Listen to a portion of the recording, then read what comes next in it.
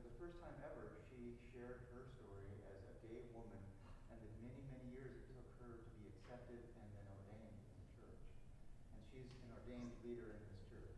Oh, how beautiful. So she shared that, and then you're sharing tonight, and then we are going to, as a congregation, engage with those 4 questions next Sunday. So I love it, and it's so beautiful because it's like everyone, we all yeah. have love, we all have, I mean, there's no hierarchy of pain, right? It's just, we So, all love, and we all. check this Okay, out. I think this is gonna be good because. I love that you say that. It is so important for us to remember. Oh, right, it's like, My pain doesn't negate your pain. no, if you remind me, there's a piece in Zadie Smith's essays that came out during COVID that she wrote a piece called Suffering Like Mel Gibson. And it's all about how pain feels like it's designed, no matter what it is, it's designed just for you. Like, to get it, it's beautiful about not comparing pain. It's beautiful. So is Rob going to come in? He's coming in, he was just parking. So maybe he can sit here That's and be really awesome. close and support you. Oh, that'd be I lovely. thought I would sit over here with the laptop, and then Oh, and then you wonderful. have a direct view of me, and I can see the screen and all of that. Okay, and This I'm is actually going to be in the office because I'm going to be on the phones in case anybody can't get on the link. oh, and you are. she's also running You a guys Zoom. are such a good team. Yeah, and I run the tech for Zoom. Yes. Yeah. And this is Tom Ware. Oh, Tom, thank you. I wanted to meet Tom. Nice to meet you. Thank you for being, I could tell from text and email, like, are you okay? Yeah, I just washed my hands. Really, really healthy. Yeah, me too. So, yeah, thank you, Tom. You gave me such security. Good. Well, I just wanted to actually check with you a little bit about Yes. the images. Yes. Because probably I'm going to send the images themselves out through the live stream rather than just putting the camera on the screen because it doesn't look that good. Yeah. So I don't know if it works with the way you're doing your presentation. Well, in the images, if you do it that way, you can just do it for just like 30 seconds at the most, Yeah. even 10. Yeah. You know, maybe the Harborview pictures. The thing I about mean, I still that, have your voice. I think you might. I mean, I can show the You pictures know, this themselves. is an artistic decision because what we're trying to convey Yeah. is being conveyed both by her presence Right. and her emotional presence as she tells the story, and by the words that she's saying, and by the pictures. Right. So I think what you need to do is swap back and forth as you think is appropriate. Perfect. All right. I like Yes. that. If that works for So you. do what you Absolutely. think is going to convey Yeah. the experience in the room. Yeah. So switch to the picture when she starts talking about the next picture. When I put the next one up, you switch to it, Right. and then I love that. and then switch back to her when you think that's the appropriate. Yeah. And, So and when you do this, Tom, for me, if you, sometimes, my only concern would be that the pictures of Harborview, depending on your audience, you know them better than I do, like, are they distracting? Because it's like, oh my gosh, is it too much for people to see a child dying on the I'm going to street? be controlling that. All right. I've been controlling what's on that screen. That's what this is, right? All right, yeah. And so Yeah. when I click on that, Perfect, there. perfect. So there it is. Yeah, and so like if I guess what I was thinking about, Tom, if it's too intense to have the whole screen, Zoom screen be, yeah. Well, that was what I was thinking I would do anyway with really all of the images. Okay. Is I'll put them up for 5 to 10 seconds, whatever sort of feels right, so that people can see the image clearly. Oh, Because that's the only thing about, like, I can zoom straight in on the screen, but it doesn't look very good. Yeah. So I'll just show the image full screen so people can see it. That's But then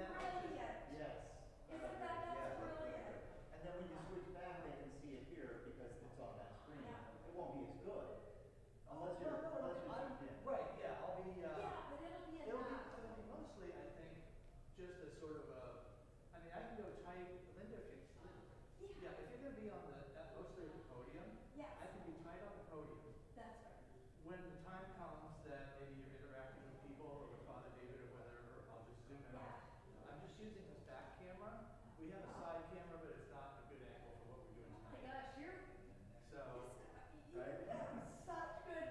Oh, I know, it's wow. awesome.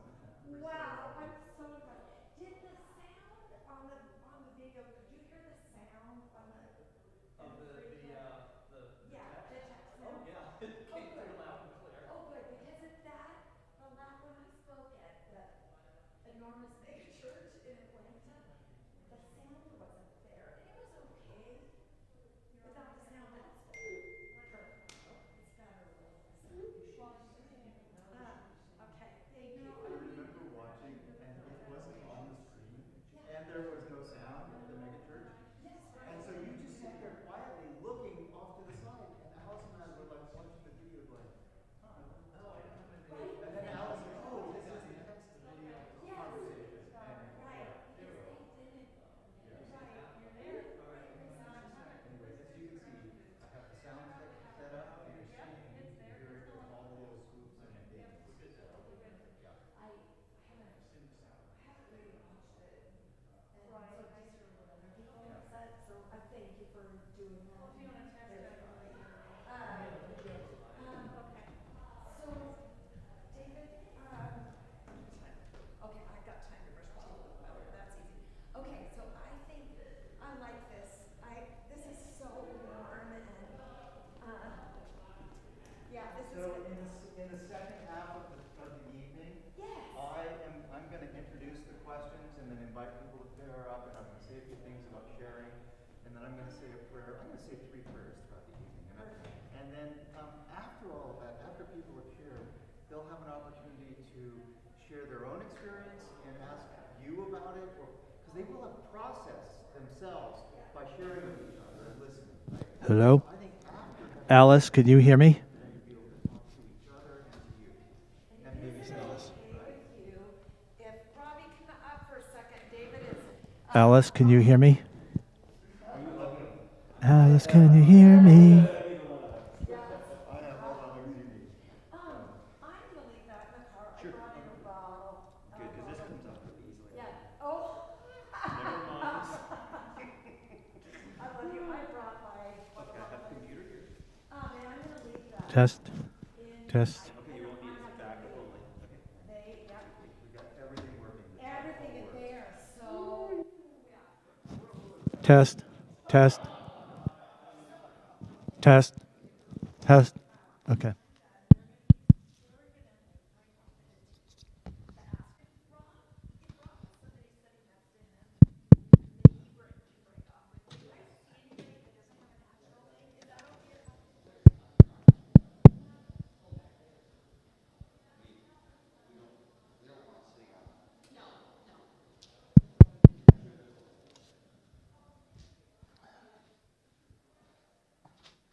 Could you hear me on the Zoom?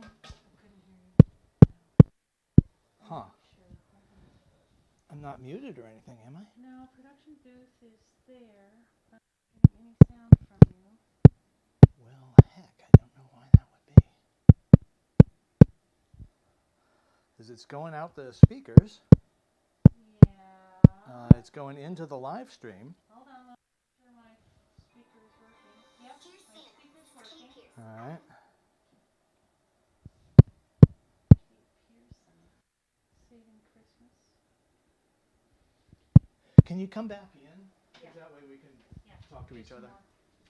Yeah. Let me get my headphones on. Okay, sure. I don't want to have the feedback issues. Yeah. Well, we shouldn't, because I've turned the overhead mics off completely. I don't think we're going to need them, unless maybe later. Okay.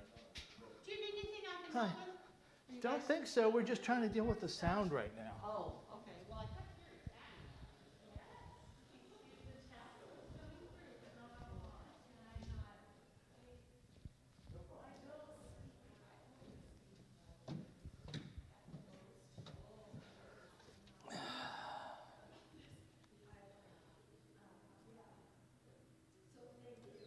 Oh, actually, hang on. I want to change this back.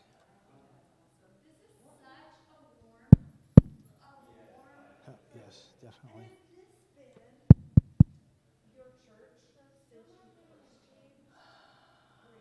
Well, this is my church since 2007.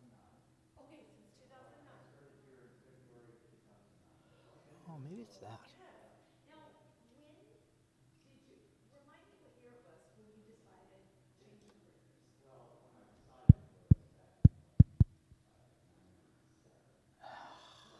Why am I? Hello? Hello?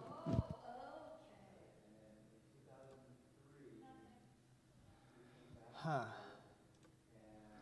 Hello? Hello? Maybe that should do it? I can't hear you, but can you hear me? Hang on. Can you hear me now? In the speakers? In the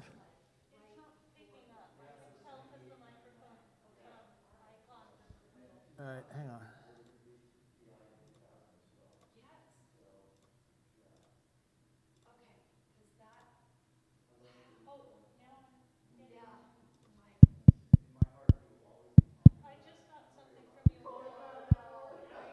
There might, God, I can't fucking hear. There might be a bit of a lag. Hello, do you hear me now? I'm not, Ago, it well, just- I'm it that. paused. I'm No, you're this. You are production booth. Right. Okay, so my voice is going out through my headphones Right. right now. But for just one brief second, production booth made a sound. All right, let me go mess with the settings some more.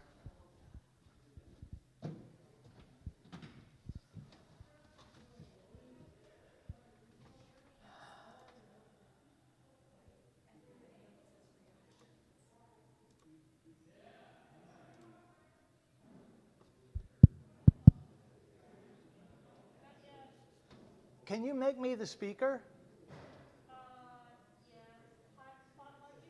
Yeah.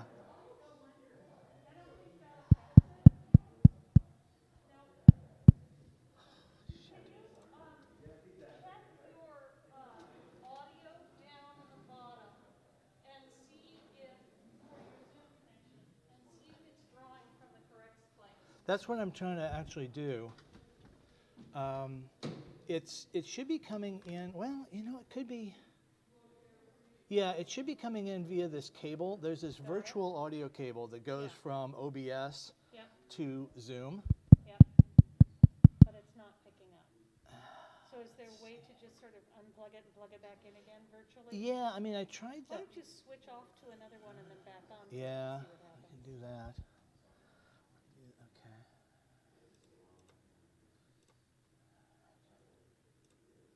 Yeah, I had to do that with the video earlier. Just No. to. And there's a couple of different places too. How about there? No. No. All right. It's not going to be any of And then, of those. course, It's how got to be your this. computer itself is used to seeing that sound. Yeah, I mean, yeah, definitely. Like if you look there, that's Okay, so it's that's picking going up. into OBS and it's going into the live stream because I already checked that. So it's just a matter of getting it into the Zoom. Getting zoomed in. Okay, so one of the things you could do is disconnect from Zoom and reconnect now that, Yeah. and just try that. Yeah, I'll try doing that. Leave meeting. Okay.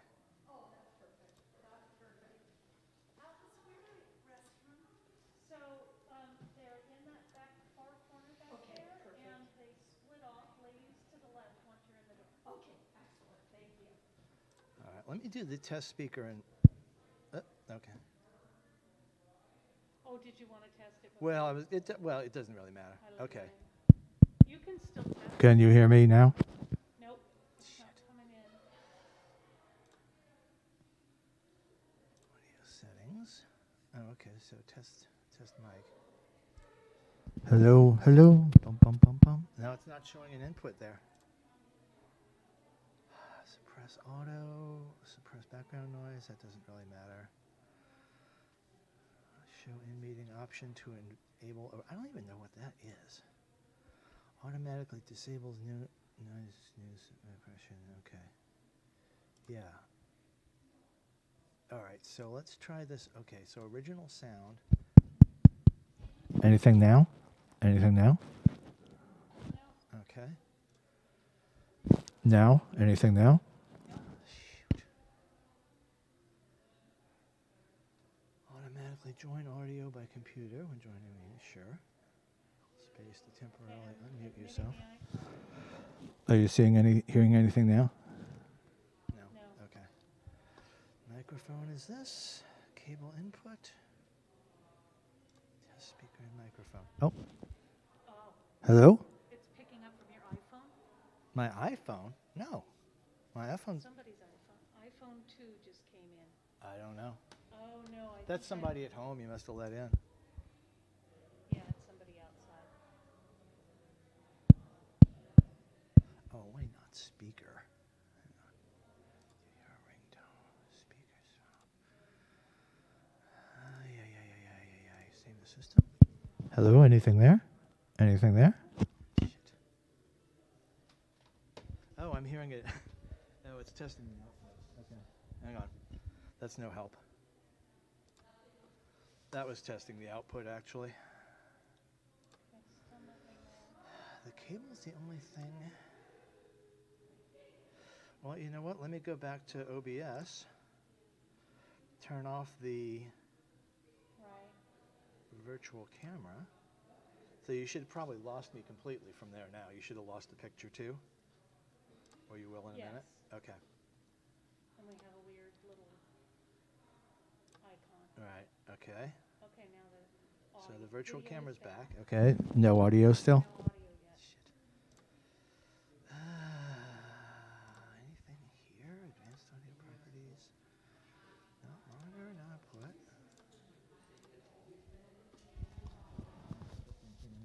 Hello? Okay.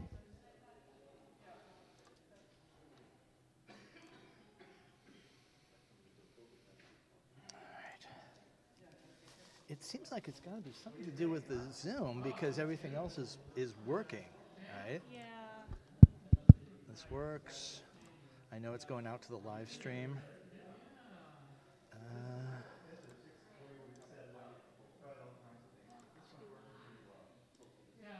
Ho, ho, ho. Okay, now go. There you go. Yeah. Oh, okay. Let me go back to this. Okay. Anything now? Hello? Nope. Shoot. I don't know what to...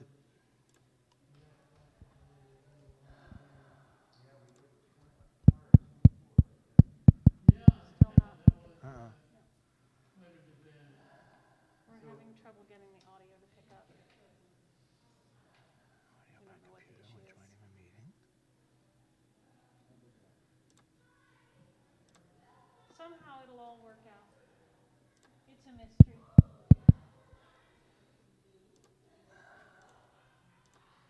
Oh, What? What just I got a happened? signal of some kind. All right. So, tap. It looks like maybe it's when you mute it and unmute it. So watch what happens when you mute and unmute.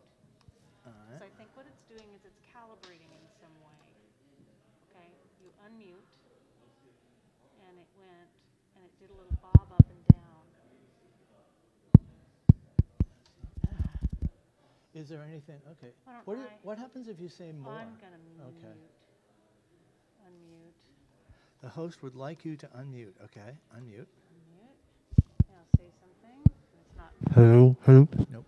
No. See, the more is just things like spotlight, everybody allowed to join, remove, report. Oh, So okay. it's not a. All right. It doesn't affect your sound. Right. Leave computer audio. Switch to phone audio. And that's the cable input. Select a microphone as the cable input. Let's try this for the Okay. fun of it. Hold on. Nope. All right. So.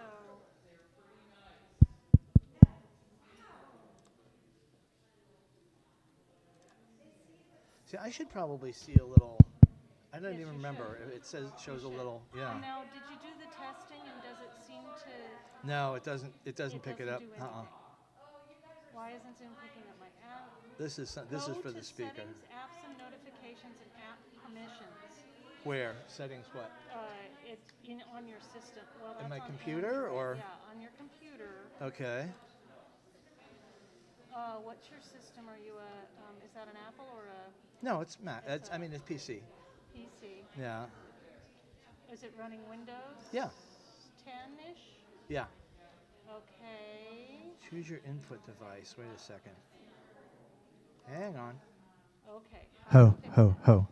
Hold on. Still not getting you yet. Okay, let's see. Shoot, I was hoping that would fix it. Failed audio setup, blah, blah, blah, blah, blah. Few reasons.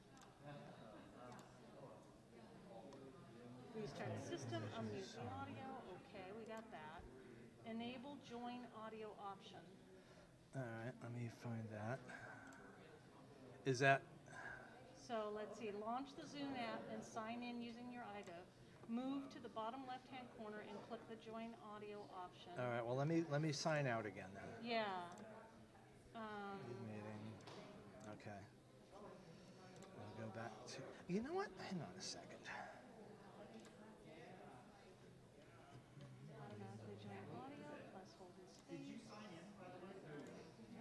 All right. Because the last time this worked, I did it initially through this. Okay. Join with computer audio. Well, yeah. Do I hear a ringtone? Oh, well, let me... Oh, wait. Let me just say yeah. Okay, so here's the... No. Try another microphone. Oh, I see. It's...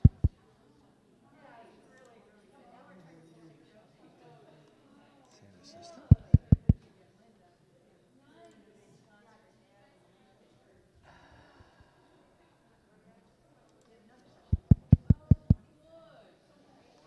I don't know what the hell to do. Join... Oh, what did it say about join? Push the join audio? Yeah. Yeah, So computer audio. press, Automatically join audio by computer. click the audio button, start the Zoom app, sign in, Yeah. go to the top right corner and select settings on the down menu. No, Okay, I have to go back. no. Well, this no, is I the don't think you Zoom want to do that. app. Hang on. Okay. Click the audio button Okay, on the here. left. Up here, pane. this is the settings. Got it. Here's audio. All Got right. it. Well, it's set for the cable input. Don't care about any of that.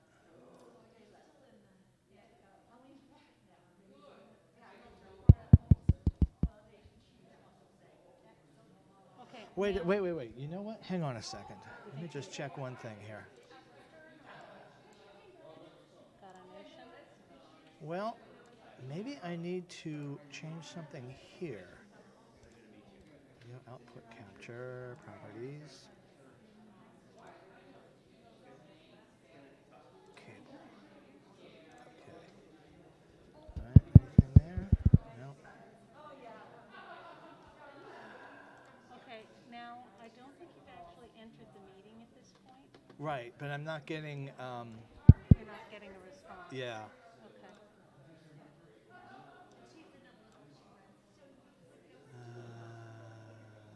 Back. All right. Properties. Microphone.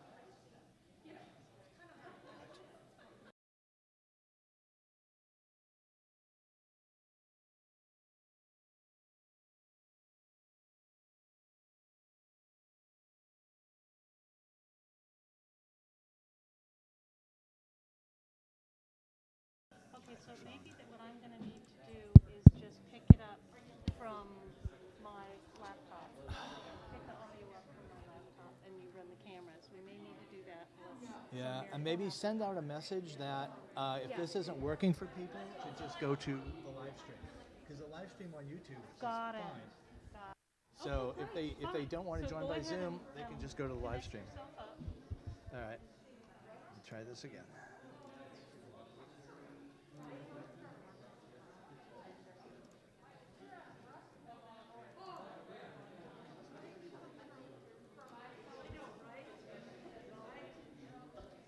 Can you send me put the link in the comments for the live stream? Yes, yes. Well, the comments of the. Oh, and the comments from there. Okay, yeah. Yeah. Yeah. All right. Okay. Yeah.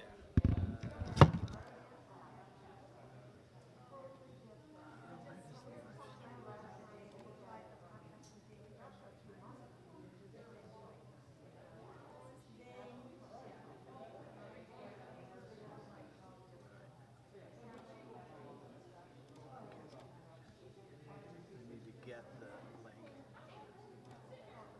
There we go. All right. All right, I need to go get a computer cable going.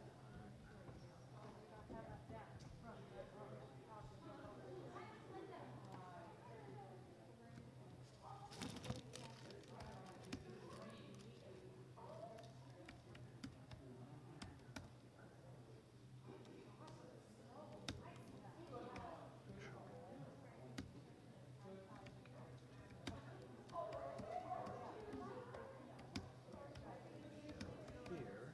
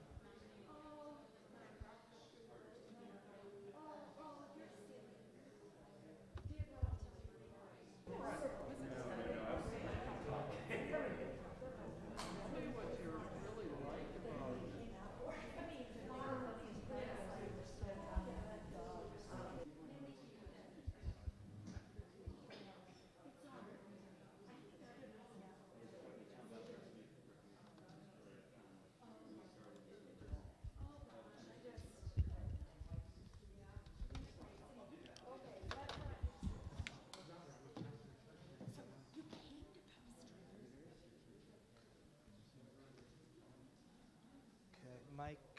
Are you all set? Give it to me. Ish. We're gonna basically send the people from to the YouTube live stream. All right. They can chat and do everything else on there too. So. All right, that's fine.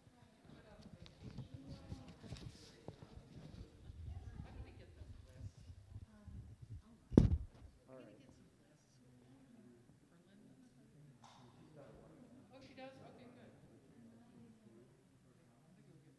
All right. It's getting there. 7:01. So pretty soon we're gonna have to start this thing.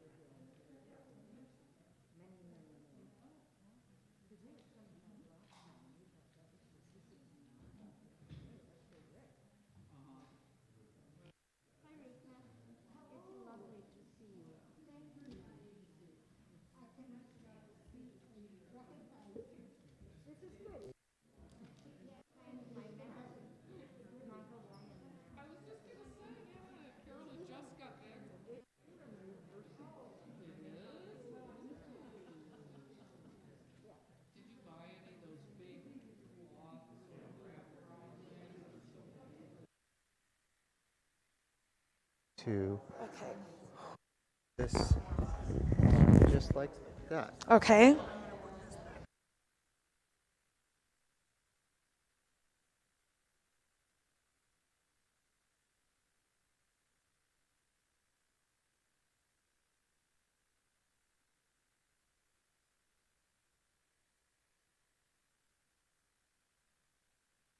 with mask on?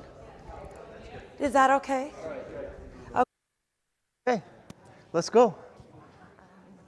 If they want to move up, Yeah, that's, they might move up. well, we can ask, yeah. Sure. So, welcome. I am going to take this mask off now. So, welcome everybody. We're delighted that you're here for this evening of hope and story sharing. And before we actually start the presentation, Linda was just telling me this is it's kind of an intimate story she's going to tell. And you're invited, if you're comfortable, to sit closer if you want. You don't have to. No. You're fine where you are. But if you would like to move closer, please feel free to do that.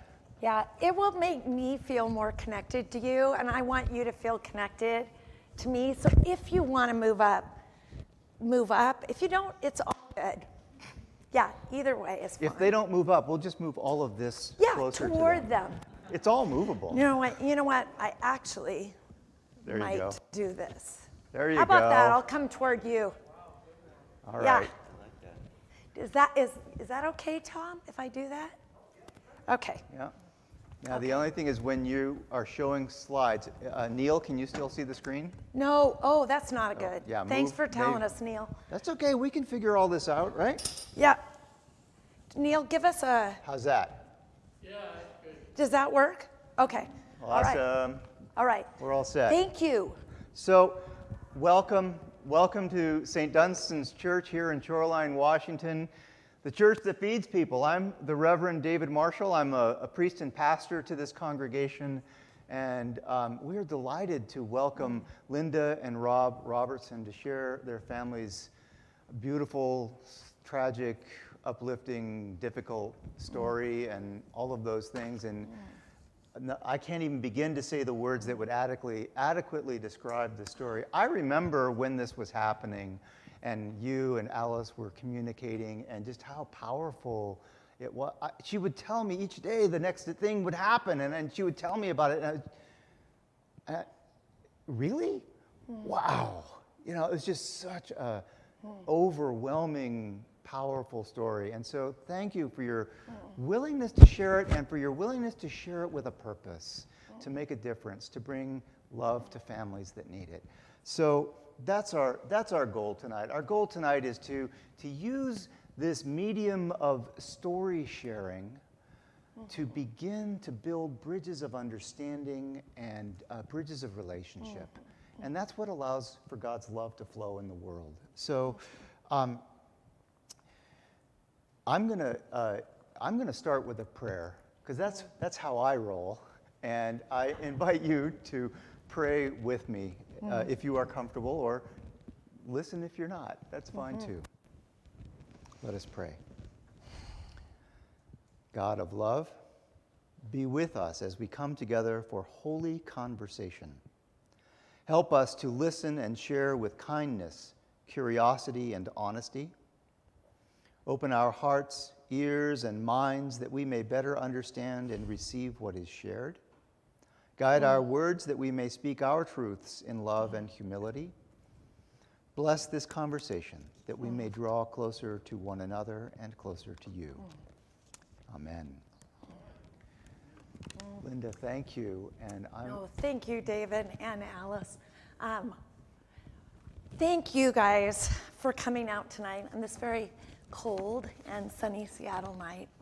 I am absolutely delighted and so honored to be with all of you. Everything that Father David and Alice have told me about you tells me that I am among kindred souls, people just like me who are exploring their own questions about pain, suffering, and trauma, and how God and love can fit or not fit into healing narratives in a way that feels authentic and real.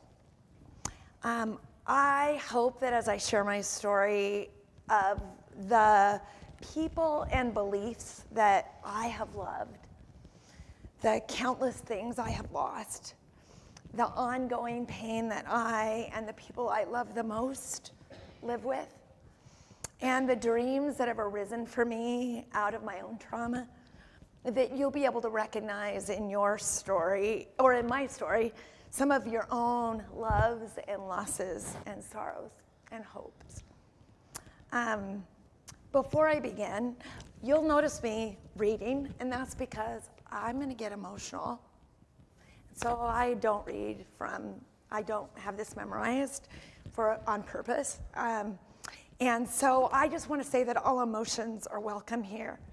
You may feel anger at me at times, especially if you're part of the LGBTQ community, and that is more than okay. You may have deep wounds from some of your own similar experience, and grief and pain may come up for you. I know I'll be feeling a lot of emotions as I share, which will probably be blatantly obvious. In my own healing practice, I am continually learning and trying to learn how to stop resisting negative emotions and instead to bravely acknowledge and open up to them. So if I stop to take deep breaths and to ground myself, you'll understand why, and feel free to join me. So I want to tell you 4 of the most significant stories from our own family's journey, because what we've learned from them has dramatically changed the way we view God, the way we view ourselves, and the way we show up as parents to our adult kids. Our experiences have also dramatically changed the way that we view our own trauma from the past and trauma that we will experience in the future. And every time we remember these stories, we are reminded of how much God passionately loves every one of us, not in spite of who we are, but because of who we are, his precious, beloved children with whom he is greatly pleased. Period. No buts, no conditions, just because we breathe. I call these stories the choice, the letter, the hotel, and the hospital. We'll start with the choice. So this picture is because at this time, the choice starts in 2001, and that is the closest picture I can give you of our family of 6 in 2001. That's when you can kind of see 4 kids in 5.5 years, and pretty amazing. Really, Rob and I were super lucky and super blessed to be graced with 4 kids. Well, on the night of 2001, when the kid next to Rob in the middle was 12, a conversation held over instant messenger changed our lives forever. Our family of 6 with 4 kids between the ages of 9 and 14, we were celebrating our oldest daughter's birthday. I had run downstairs to finish wrapping a last-minute present when our 12-year-old son messaged me in my office from the computer in his bedroom. Here is the word-for-word exchange.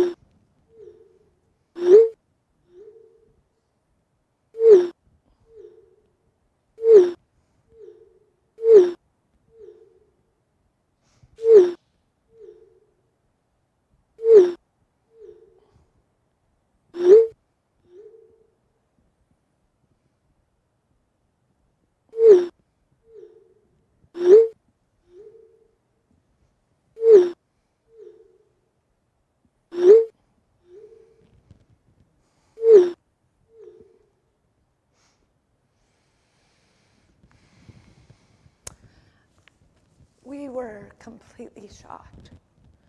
Not that we didn't know and love gay people. My only sibling, my only brother, had come out to us exactly 10 years before, and we adored him. We knew the gay couple down the street and loved that our kids were friends. But Ryan, we hadn't seen this coming. And it was one thing to have a gay brother and gay friends. Having a gay son felt like a completely different thing to us. We still felt a great deal of love for Ryan. That wasn't in question. But the emotion that overwhelmed us, especially me, kept me awake at night and sadly influenced all my reactions over the next 6 years was fear. Rob and I said all the things that we thought loving Christian parents who believed the Bible, the Word of God, should say. We love you. We will always love you. And this is hard, really hard. But you know what God says about this. And so you are going to have to make some really difficult choices. We love you. We couldn't love you more. But there are other men who have faced the same struggle, and God has worked in them to change their desires. We love you. We are so glad you're our son. But you're only 12, and your sexual orientation is still developing. So please don't tell anyone that you are gay. Your identity is not that you're gay. It is that you are a child of God. We love you. Nothing will change that. But since you know what the Bible says, and since you want to follow Jesus, embracing your sexuality is just not an option. We thought that we understood the magnitude of the sacrifice that we and God were asking from Ryan. We were sure that this sacrifice, though difficult, would please God and would lead to the abundant life that the Bible promised. We thought we understood what was at stake, that it was simple. Either Ryan chose to obey God by remaining faithful to God's commands, or if he did not, he would be choosing to walk away from God and into a world that would lead him to wild living, promiscuity, drugs, and ultimately hell. The prospect of Ryan choosing wrongly and walking into the wild living, promiscuity, and drugs that we had been told were part of being gay was absolutely terrifying. And that fear transformed us, especially me. It wasn't pretty. Suddenly, he found himself with a mom and dad who asked no questions and spent no time listening to our son's thoughts and feelings. Instead, we overwhelmed him with reading materials we had printed off the internet. We made strict rules about computer access, installed filters, and became increasingly vigilant about monitoring what he was doing and who he was talking to and texting with. And the 12-year-old who had regularly poured his heart out to me at night before bed, who had instant messaged me to tell me he was gay, stopped talking to us at all. At the same time, our boy still desired to please God above all else. So after his initial 12-year-old resistance and rebellion, he began his own campaign. For the next 6 years, he chose Christ. Like so many other LGBTQ kids, he pleaded with God. He begged God to help him feel attracted to girls. If Ryan was anything as a young kid, it was determined. So he threw himself into the effort, memorizing scripture, going to church all the time and meeting weekly with his youth pastor, getting baptized and filling prayer journals. Books with titles like "You Don't Have to Be Gay" became manuals that he and we lived by. For his 17th birthday, the thing he wanted most was to go, along with his dad, to the Exodus Conference in Indiana, a large gathering of struggling Christ followers from all over the country who wanted, like Ryan, to find a way to be straight. The conference was packed with people who wanted desperately to please God with their lives, despite living with sexual orientations and gender identities that seemed to make that goal almost impossible. Rob and I, too, did everything we knew to help Ryan seek healing and holiness. We read all the books about how we might have influenced Ryan negatively, and we took the recommended steps.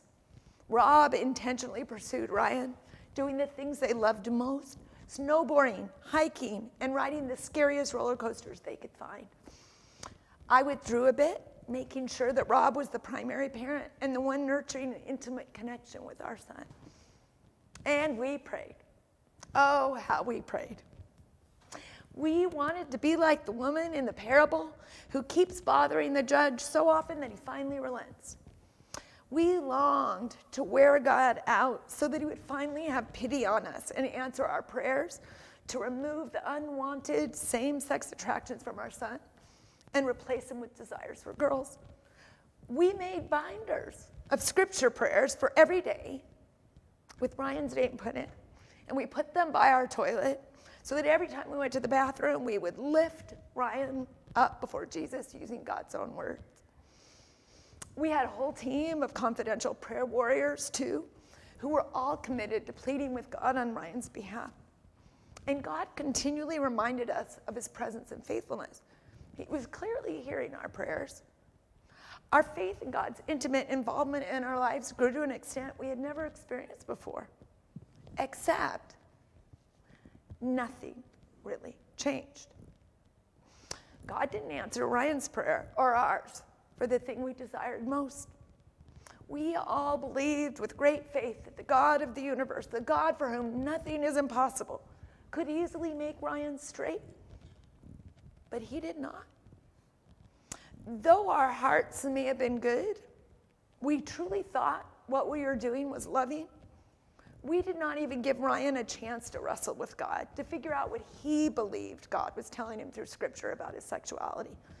We shielded Ryan from any liberal Christians who believed that being gay was okay, even his own uncle, my brother.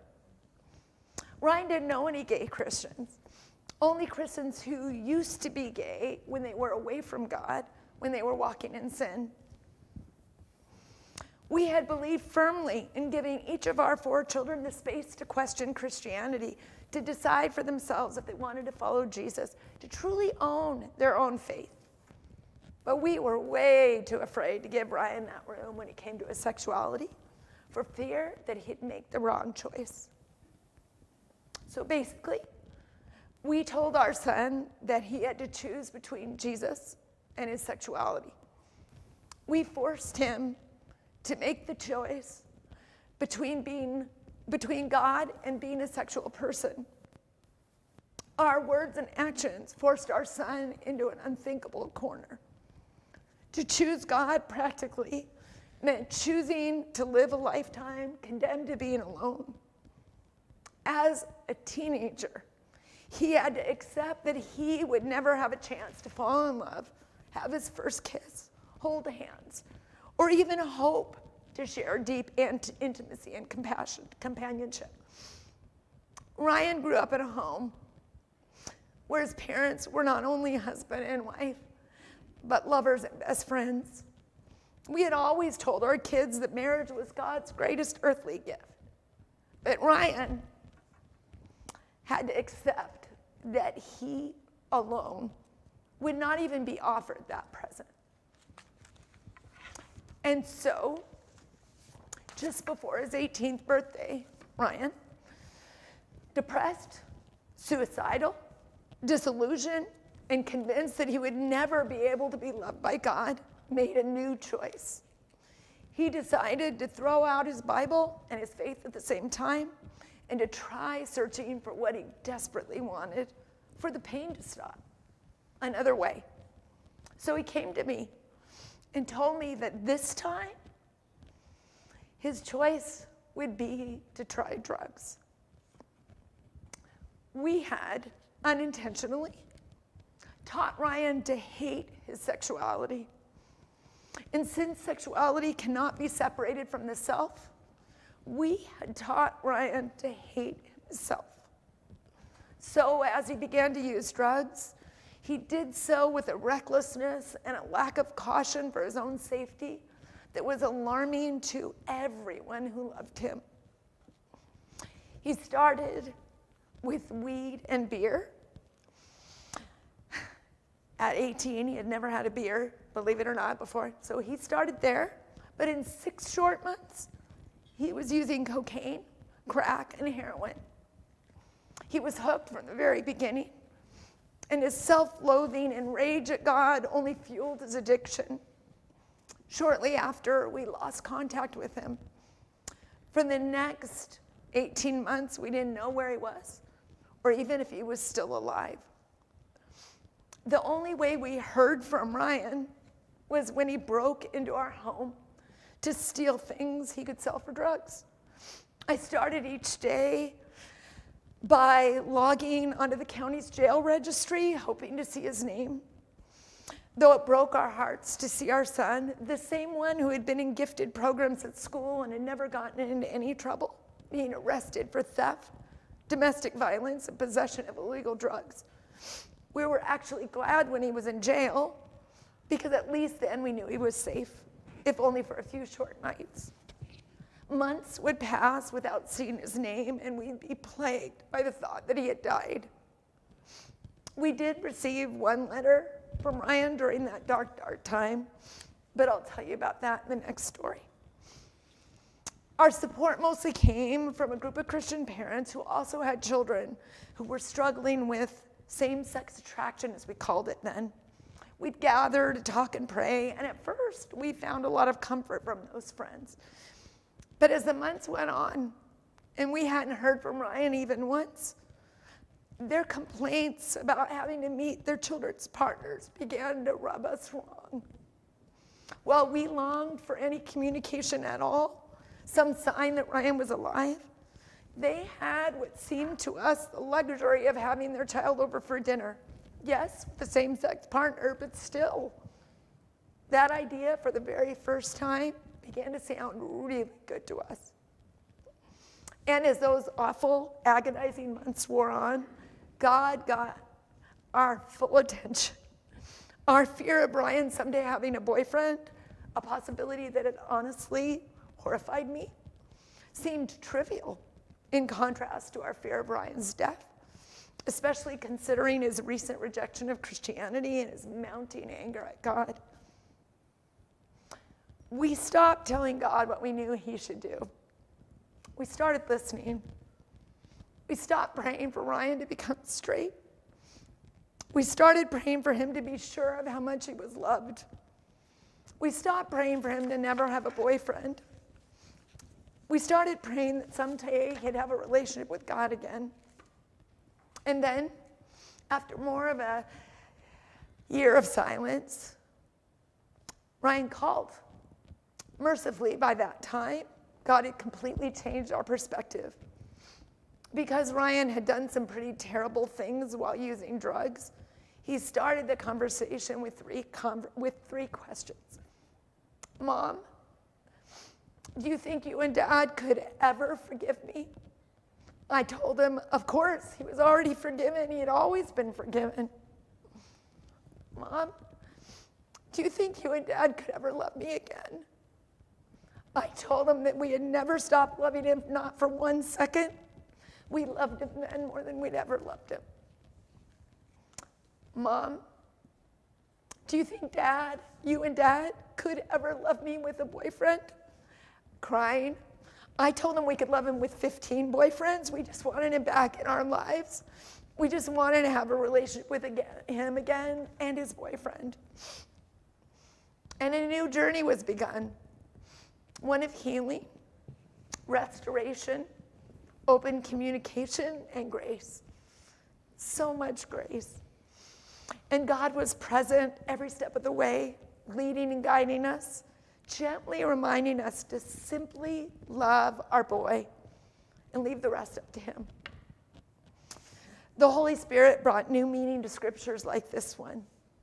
For I am convinced that neither life nor death, nor angels or demons, neither the present or the future, nor any powers, neither height nor depth, or anything else in all of creation will be able to separate us from the love of God that is in Christ Jesus our Lord.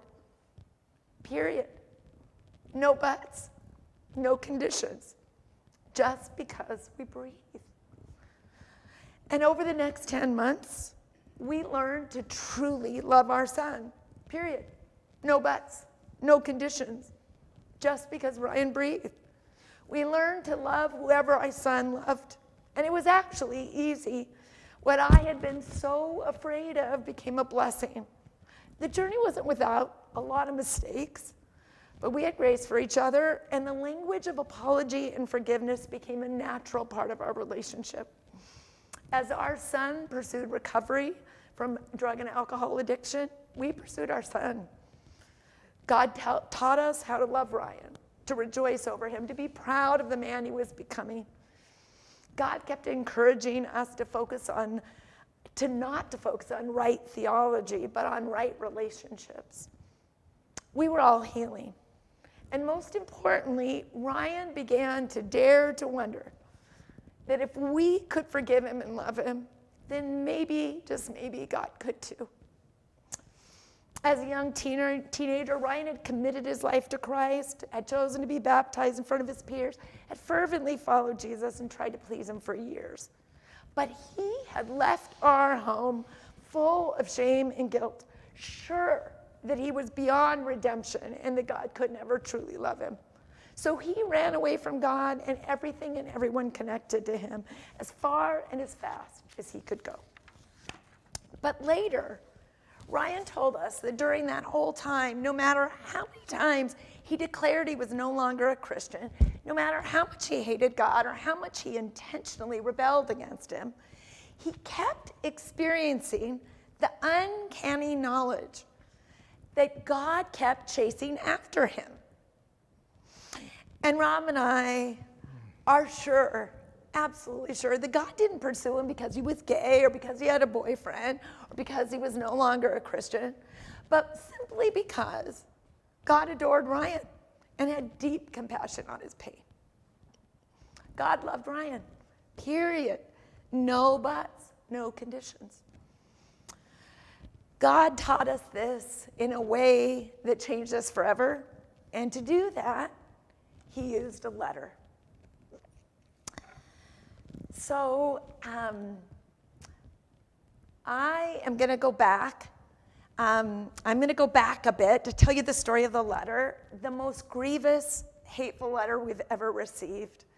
So we have to go back in time, back to the 18 months when Ryan was completely estranged from us, using lots and lots of drugs and alcohol to try to tamp down the unrelenting pain.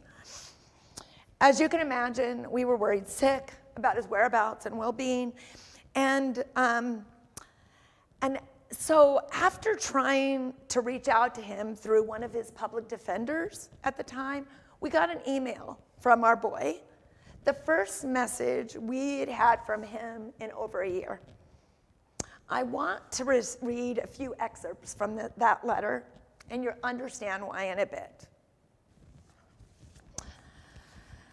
Linda and Rob, your attempt today to show me love and support was extremely rude of you, as you obviously couldn't put yourselves in my shoes enough to realize that the fact that I haven't made contact with you might mean that I don't want to have anything to do with you.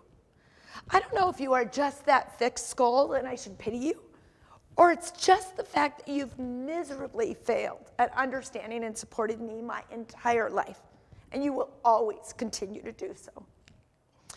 Your claims of love and affirmation are more vile than any drug I have ever shot into my veins. I don't want your poison, which is all you've ever offered me since I was born. Unfortunately, I was so sheltered that I never knew there was any better. I have a new family now who have cared for me more than you ever have in your entire life. You are nothing but burnt memories of the past, which fade more and more every day. Fuck you. Fuck your false God, and stay the fuck away from me. In closing, remember that every time you whimper my name in prayer, I curse you with every ounce of my heart, soul, spirit, and mind. Please do not respond to this email, as I have no interest whatsoever in what you might have to say. Talk about hate mail.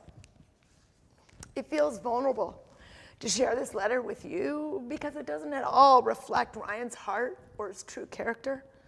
What it does reflect is the depth of his pain, his rage, and despondence in the face of our rejection and the agony of drug addiction. But at the same time, it hurt like nothing we'd ever read before.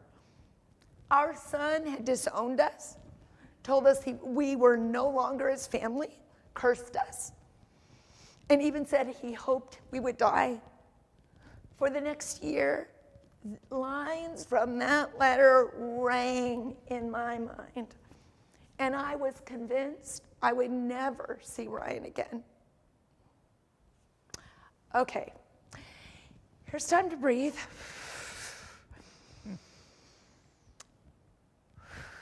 Because we're going to switch to a much lighter note. We'll come back to the letter. So we're going to move on to the hotel story. So when Ryan called me that day, asking me if Rob and I could ever forgive him, and if Rob and I still loved him, he also asked if we could help him check into a rehab program. So we planned to have breakfast together the next morning and drive out to a rehab in Yakima. However, when we got to the house where he and his boyfriend were living, we found that they had shot up one last time before Ryan planned to quit using forever. And instead of going out for pancakes, we all ended up in a Seattle ICU. Now, keep in mind, we were parents who used to think that the very worst possible thing in the entire world would be for our son to even have a boyfriend. And here we were, spending an entire week in a very tiny hospital room with Ryan and his boyfriend. And the boys often cuddling together on Ryan's bed. At one point, I looked at Rob and whispered, "Is this freaking you out?" And he said, "Not a bit. You?" And I was able to completely honesty, like, "Nope, I'm doing fine. What in the heck?" We were just so thankful that he was alive and that we were together. So when Ryan was discharged from the hospital and the four of us were on the road toward Yakima, we found out that the rehab facility wouldn't have a bed available for Ryan till the next day. And just as soon as Rob and I started discussing what hotel we would stay at, Ryan, always money conscious and frugal, chimed in from the back and told us that he and his boyfriend would gladly sleep on the floor so that we didn't have to pay for 2 rooms. Rob turned around in his seat and said, "Ryan, your mom and I have been hanging out in your hospital room for almost a full week. Unless you want to put up a curtain and use earplugs, you guys are going to want your own room." I just laughed. This kind of exchange is typical for our family. And then I started to panic. So the next time we stopped for gas, I got out and I pulled Rob aside and hissed in his ear, "Rob, if our friends find out that we are buying a hotel room for our son and his boyfriend, we won't have any friends anymore." Rob, totally calm, shrugged and said, "Well, we know what people would say, but what's God telling you?" And I was like, oh God, oh yeah, God, we're all good. Like, I feel totally fine with God. And Rob just smiled and nodded and said, "Yeah, me too." And I don't remember who, but one of us said, probably Rob, wait, what are we worried about anyway? They're probably not going to get any gayer at this point. So, for the first time ever, we rented adjoining hotel rooms with our gay son and his boyfriend. Until then, we wouldn't have considered doing this for any of our unmarried kids. Not that the boys spent much time in their own room. Ryan, who was 19 at the time and had lived on the streets of Seattle, plopped himself right in between Rob in the middle of our bed and proceeded to show us his favorite current movie till well past midnight. We finally said good night and they headed next door to their own room. But no lie, at 7:30 the next morning, we heard a knock on our door and a quiet voice calling, "Daddy, Mommy, can I come in?" Our son, who had spent the last year and a half on the streets of Seattle doing whatever he could possibly do to get his necks fixed, simply wanted his mom and dad.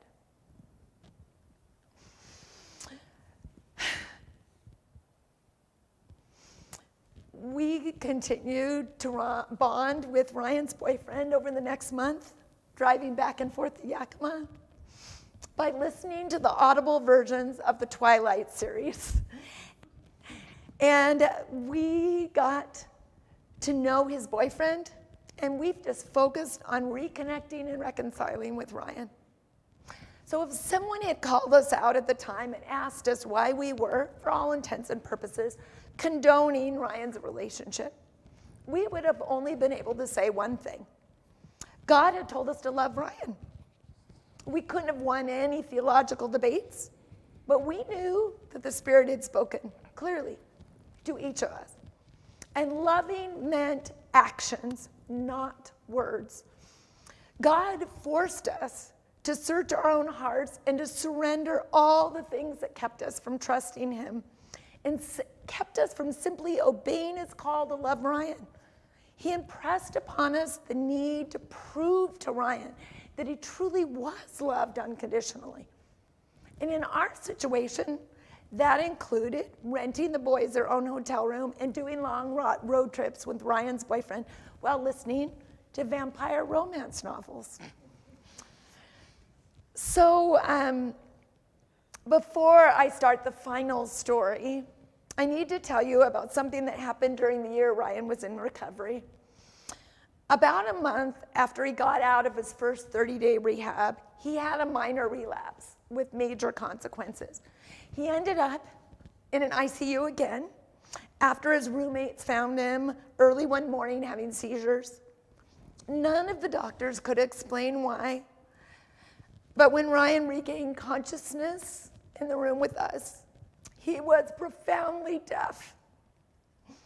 The doctors also informed him that he had tested positive for Hep C and that he had some permanent brain damage. All of the news was devastating, but none more than the fact that he had lost his hearing. To say that losing the ability to hear was devastating to Ryan is a huge understatement. And yet, during that next year, he called me almost every day. "Mom, I'm just calling to check. Do you remember how much I love you and Dad? I don't want you to forget how grateful I am to have you as parents." But on June 30th of that year, almost exactly 10 months after Ryan had called to reconnect, I hadn't heard from him in over 2 days. It was Pride weekend here in Seattle. And it was a little strange that he hadn't called. And that is where the hospital story starts. So then we did get a phone call, but it wasn't from Ryan. It was from a Harborview Medical Center asking us if we were the parents of Ryan Robertson. And if so, telling us they needed us to come and identify Ryan's body Ryan had made the classic mistake of a recovering addict. He got back together with his old friends, his using friends. And one evening that was supposed to be simply a night at the movies turned out to be the first time he had shot up in 10 months. He had been unconscious for well over 48 hours, but his friends hadn't called 911 until just that afternoon.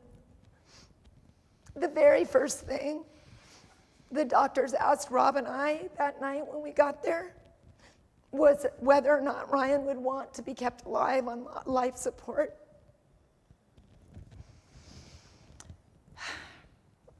Let's see, we're gonna flip. So there's our boy. The next day, we learned that not only was Ryan unconscious and unresponsive, but his organs were failing. And they suspected severe brain damage, among other things. The doctors told us they didn't know if Ryan would ever wake up again. As Rob and I stayed by Ryan's side, we're gonna flip to the next pic there. I don't have the script, so just give me good. the clue. I'll when give you need it. perfect, David. Awesome. You're Thank the you. greatest. Thanks. So as we were by his side, hundreds of people were praying. We spent our time just praying over Ryan, talking with him, and singing to him, in spite of the fact that he was deaf and in a deep coma. We felt like God was literally carrying us through each day, giving us strength and courage when we had none. During this time, the thing that scared me the most was the fact that Ryan hadn't reconciled with Jesus. I was so afraid that Ryan might not go to heaven when he died. I told Rob about my fears, and he encouraged me to ask God for confirmation and peace. And within 24 hours, God had sent me a message loud and clear 3 times, using a hospital chaplain, a close friend, and one of our pastors.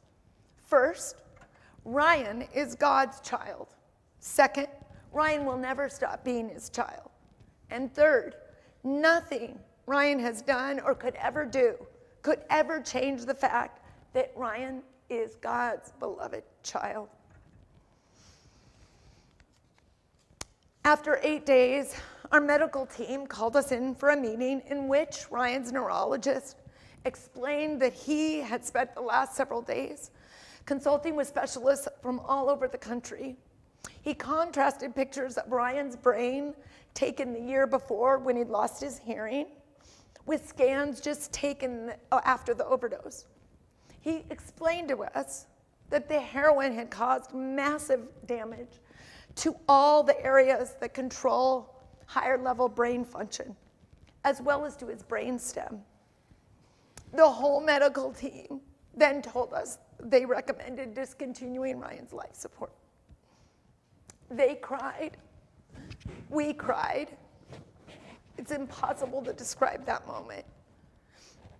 They told us they wouldn't do anything until his sibs had all come and everyone had had a chance to say goodbye to Ryan, but that we should all start preparing ourselves for his death.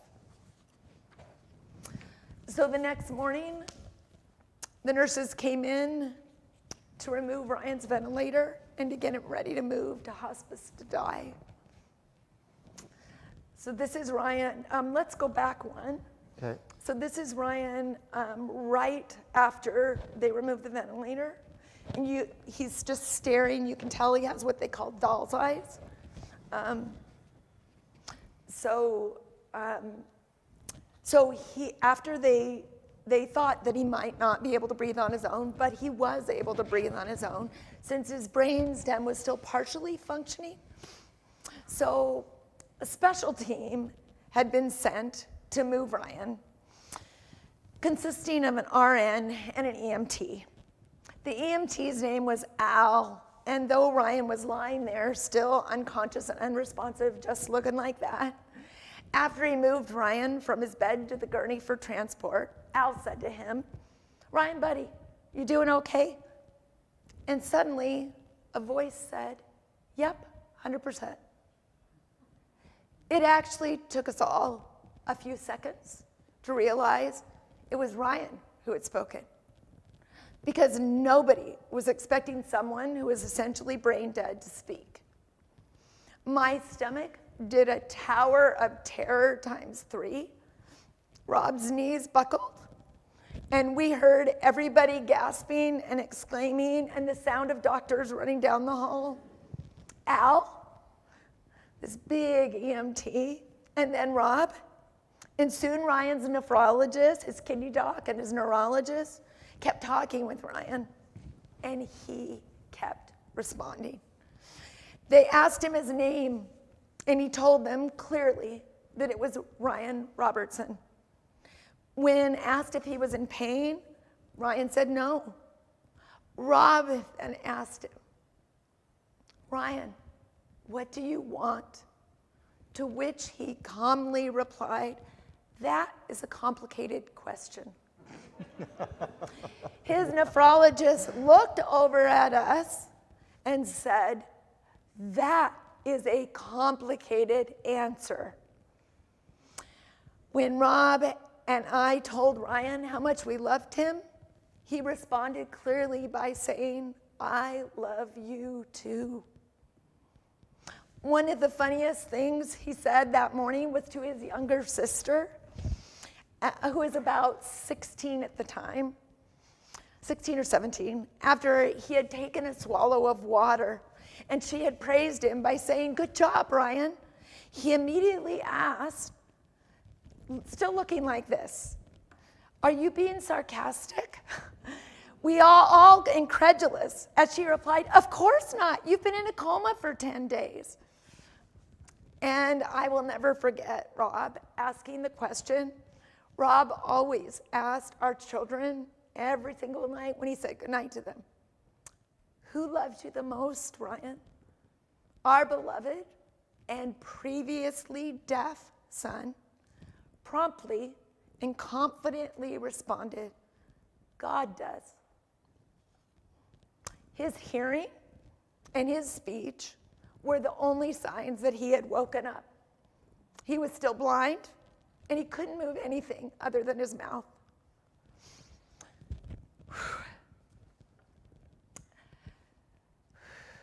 So Ryan's doctors called another meeting to figure out what they were going to do with Ryan, since none of them had ever seen or read of something like this happening, particularly with the severity of Ryan's brain injury.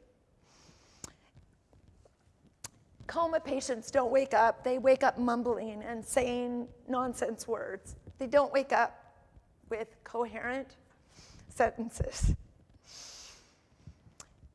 After quite a long discussion with the medical team, and as you all know here, the Harborview is a teaching hospital, so we had lots of residents, and we had the very big table. So after quite a long discussion and some very spirited arguments, they decided to put Ryan on what they call comfort care, which is basically as much food and drink as he wanted and anything that would make him more comfortable.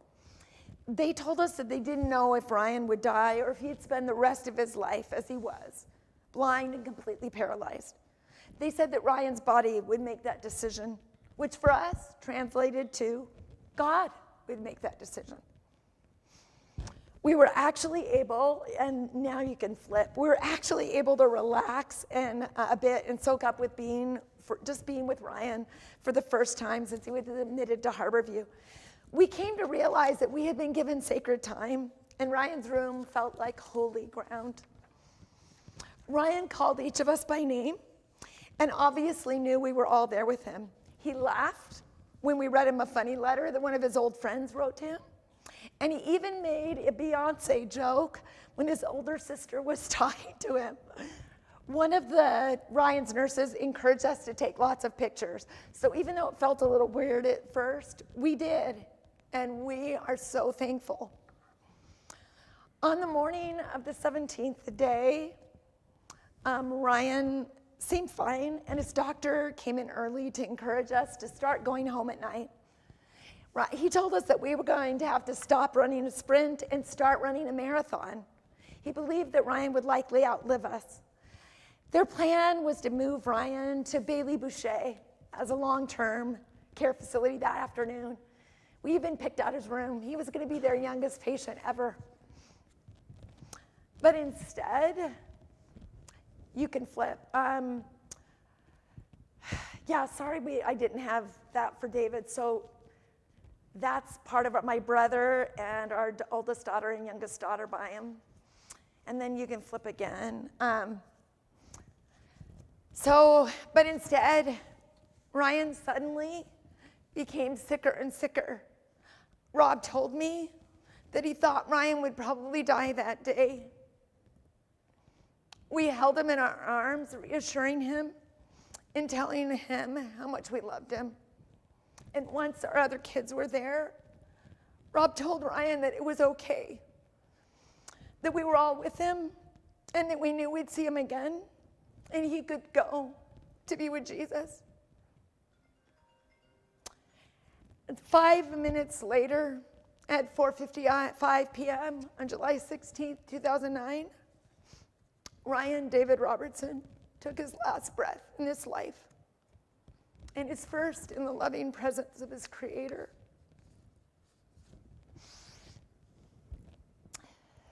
You can go ahead and flip, David. And I'll get a drink.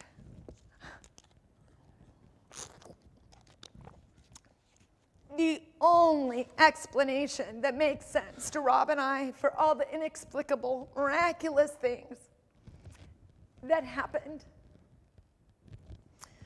during those 17 days is this: the extraordinary, wondrous love of God for us and for Ryan. The fact that Ryan hadn't reconciled with God just did not matter. The fact that he had rejected God did not matter. During that time, the only thing that mattered was that God loved Ryan.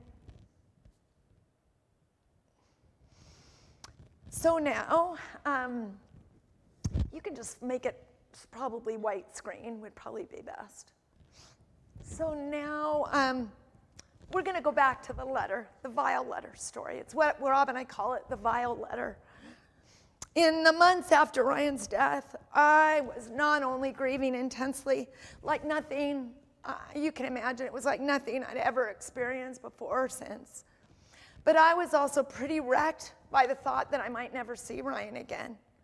I really struggled with whether or not Ryan was in heaven, especially considering the fact that he had announced publicly that he hated Jesus on his MySpace page. MySpace didn't exist when I was growing up. Obviously, it does now either. But I could pretty much guess that posting that you hate Jesus on any kind of page in any kind of space would have gotten you a ticket straight to hell, according to the theology I was raised with. I just wasn't able to silence the old voices in my head saying that Ryan hadn't come back to Jesus, that he had committed the unpardonable sin, et cetera, et cetera. And then, how could I trust a God who would send my beautiful boy, my baby, my Ryan, to hell? These questions were plaguing me. But one afternoon, as I was waiting in the Starbucks drive-through line on Northeast 85th, Rose Hill, God spoke to me clearly as if he were sitting next to me waiting for his latte too. And I am not one of those people who typically hears God's voice. But in that moment, I sure did. And just like when Ryan called home, God had some important questions for me. I heard God say, Linda, when Ryan wrote you that vile letter cursing you and telling you he despised you, did that ever change your love for him? It was like, through tears, of course not. Not even for a second did we stop loving him. It's like, Linda, when Ryan told you that he disowned you, never wanted to see you again, and that he no longer considered him to be a part of the Robertson family? Did you ever think he was not your son? I was like, no, he's always been my child. He'll always be my child. Linda, when Ryan said and did all of those hurtful things, did you ever struggle to forgive him? And no, it was not even a question. Ryan didn't even have to be forgiven. Linda, do you really think that you love Ryan more than I do? That you are a better parent than I am? Do you really think that I am going to stop loving him because he was angry and hurt and he lashed out at me? You didn't stop loving him for a minute. Your love for Ryan is only a tiny reflection of how great my love for Ryan is.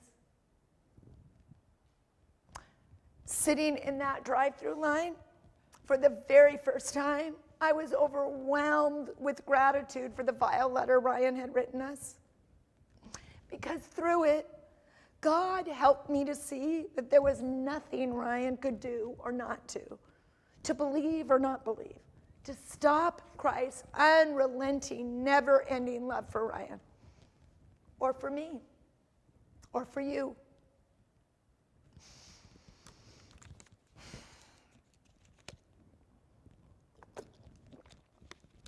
When Ryan died,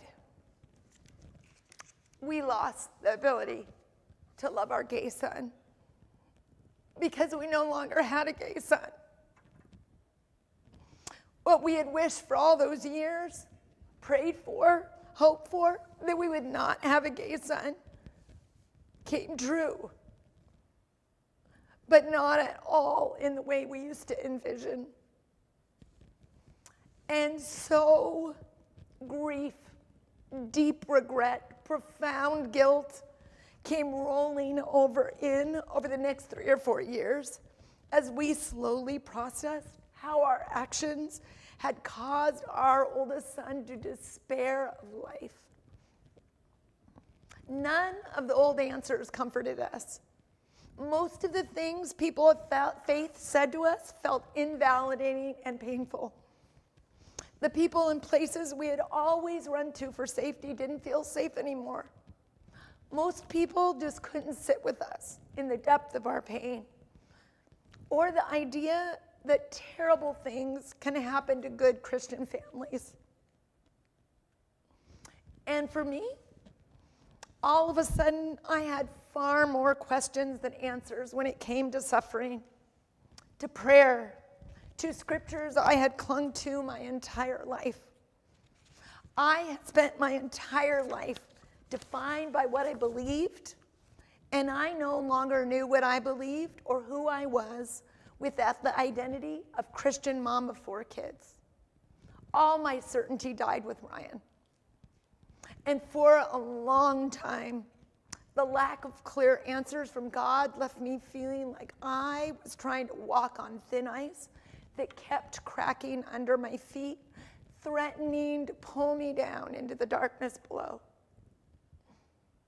And yet, at the same time, our family kept holding on to each other, allowing space for each other's grief and faith to look incredibly different, and trying to find a way to embrace sorrow and joy on a daily basis, and often at the same time. My husband, Rob, didn't have the same questions or doubts that I had, and he was far more able than I was to embrace and express his grief. But our intimacy grew as we hung on to each other, overwhelmed with gratitude that we weren't alone in our mourning. I began driving to Gig Harbor once a week to see a psychologist and spiritual director who had also lost an adult son, and who gave me the courage to begin rejecting the parts of my faith that had become so profoundly unsettling, and the ability for the first time in my life to trust my own experience of God, my own wisdom, my own conviction of what love really means.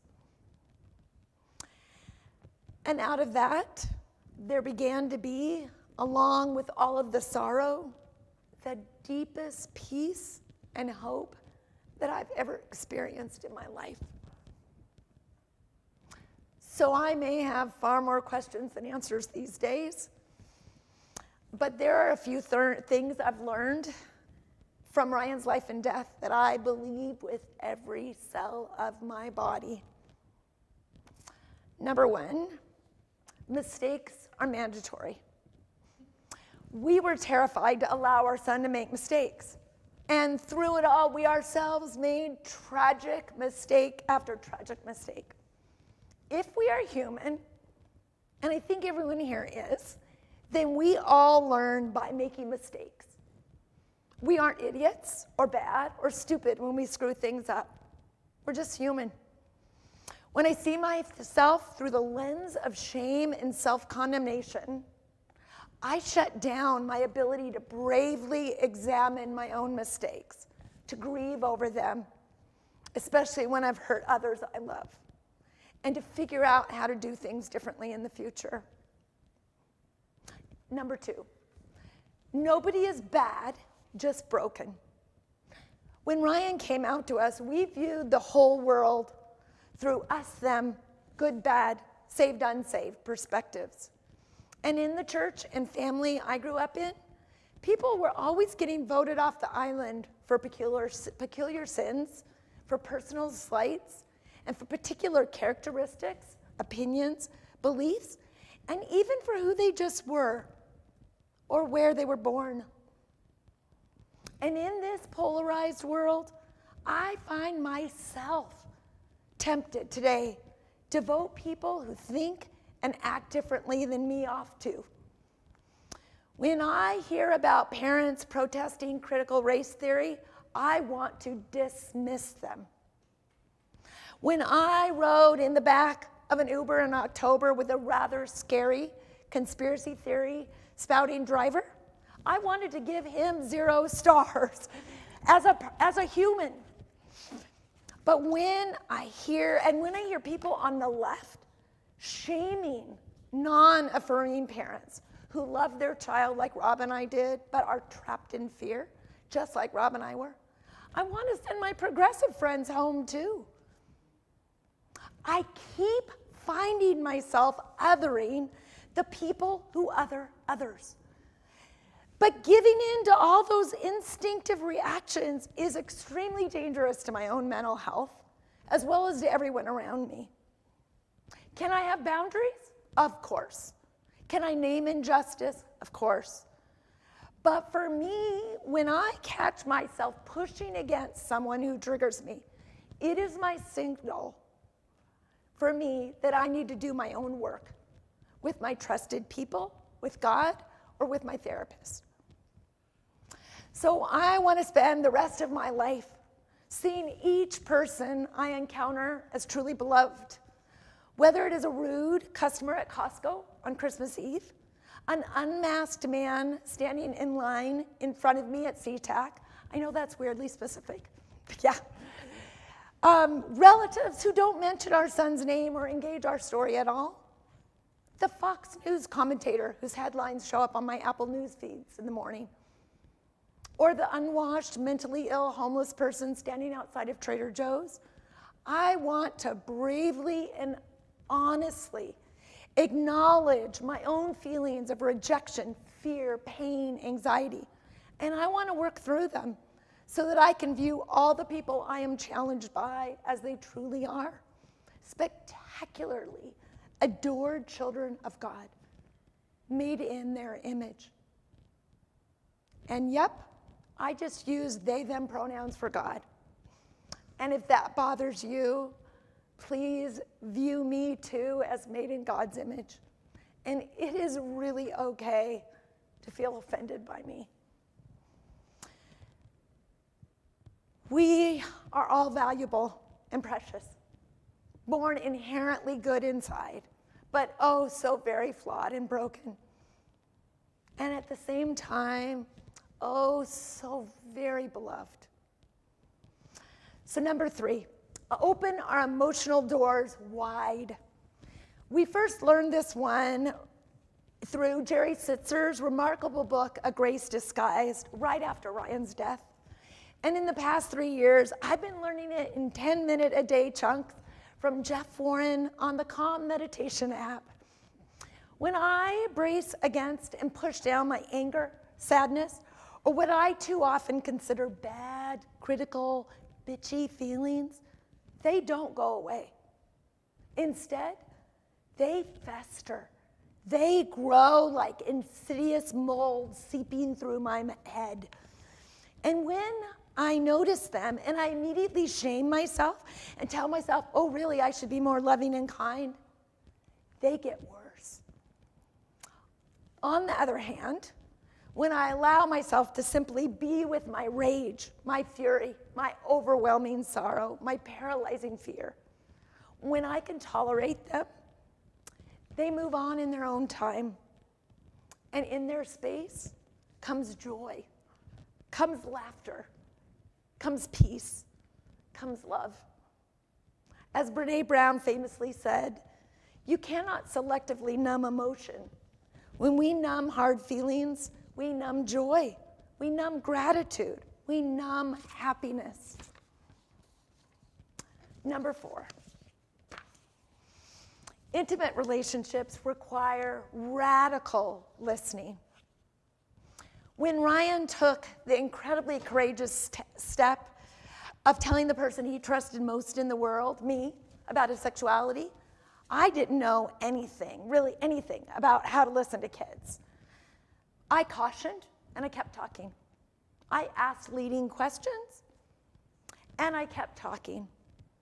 I wrote pleading, lecturing letters, and through them, I kept talking. I read his notes expressing his despair and anger, but I still kept talking. In the past couple of years, my adult kids and my husband have taught me how to radically listen. I could talk for hours about all that I've learned, but it boils down to this. When my adult kids are telling me about my actions in the past, are telling me how my actions in the past, and right the heck now, have angered or wounded them, if I defend myself or explain why I did it, I am not hearing them. When my husband is expressing his anger, depressive feelings, and extreme frustration at having to continually deal with PTSD from 37 years as a first responder and as a child, if I make suggestions or I offer a positive slant or in any way try to fix the situation, I am not hearing him. When our adult kids experience dark, troubling emotions and thoughts, if I push against them instead of simply shutting my mouth and just listening, I am not hearing them. And even worse, I am leaving them alone in their suffering. So I try, and usually fail, to use way less words. And while I am listening, to also pay attention to the emotions going on inside of me so that I don't speak out of those fearful places. And when I do speak, I try to use phrases like, tell me more about that. Whoa, thanks for trusting me. Oh, shit. Want to tell me why this isn't working for you? Yep, I did that. Say more about that part when, oof, that's a lot. You don't have to worry about me. I am not freaking out, even on the inside. Help me understand. What do you need from me right now? And again, I could go on and on, because that's me, usually talking more than I listen. But when I do radically listen and allow my husband and our adult kids to have their own feelings, beliefs, convictions, and choices, they respond with such profound gratitude, increased trust, willingness to share, and the deepest mutual love, intimacy, and peace we've ever experienced flows like the proverbial river.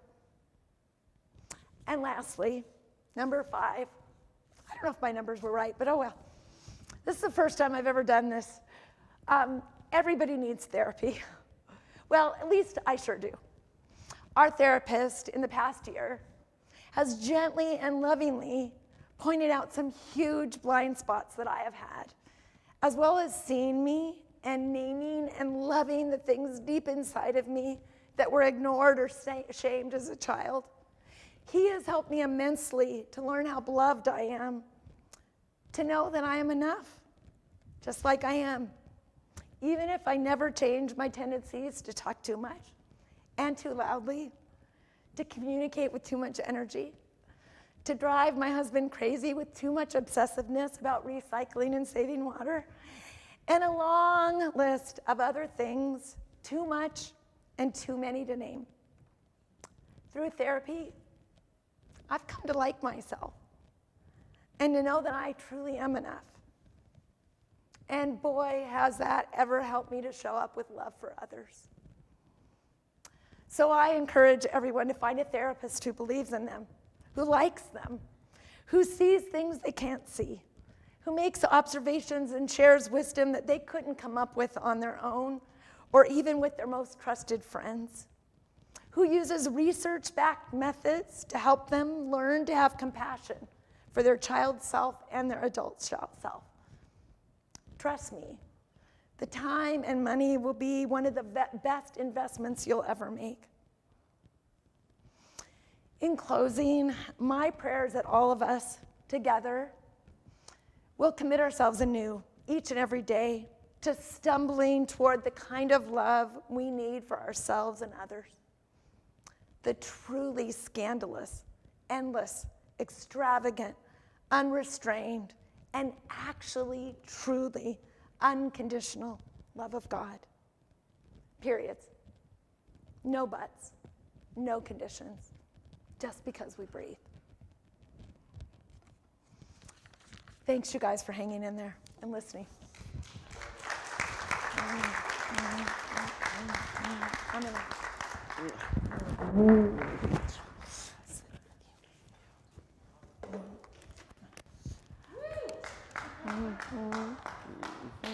Thank you, Linda.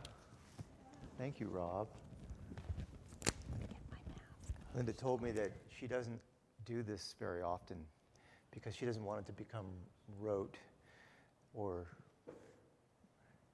ordinary or repeated, and it hasn't. So thank you for sharing that beautiful story with us. And we're going to engage together with that story for a few minutes now. And we're going to do that in a couple of different ways. First, I'm going to give you an opportunity to talk with someone else in the room. And you can pick someone you know or someone you don't know, whatever you're more comfortable with. And we're going to do something that is deeply related to the learnings that Linda just shared with us. Especially the part where you were talking about othering, right? Deciding that someone else is the other, the problem, and the divisiveness of the world that we live in today. I so related to all of those categories that you were sharing of all the people that it's just so tempting to decide they're not worthy. They should be voted off the island, right? And, you know, if I start telling you my list, some of the things that I think, you know, you might agree with, and some of the things you might go, oh, wait, no, he needs to get voted off the island. And that's okay. So this whole series of presentations, and this is the second one. The first one was with Pastor Rick Reynolds of Operation Night Watch. And he shared his story of finding someone in their center, one of the homeless people that they were housing and helping back dead from COVID. And then Rick got COVID, and he shared that deeply personal story with us, and then we engaged with it. Well, tonight, the purpose of this evening is to begin to exercise our ability to reach across those differences, those gaps of othering that we were just talking about. To find ways to see in someone else, especially when they are politically different or theologically different or racially different or whatever the category is that you're finding yourself tripping over, right? How do we reach across?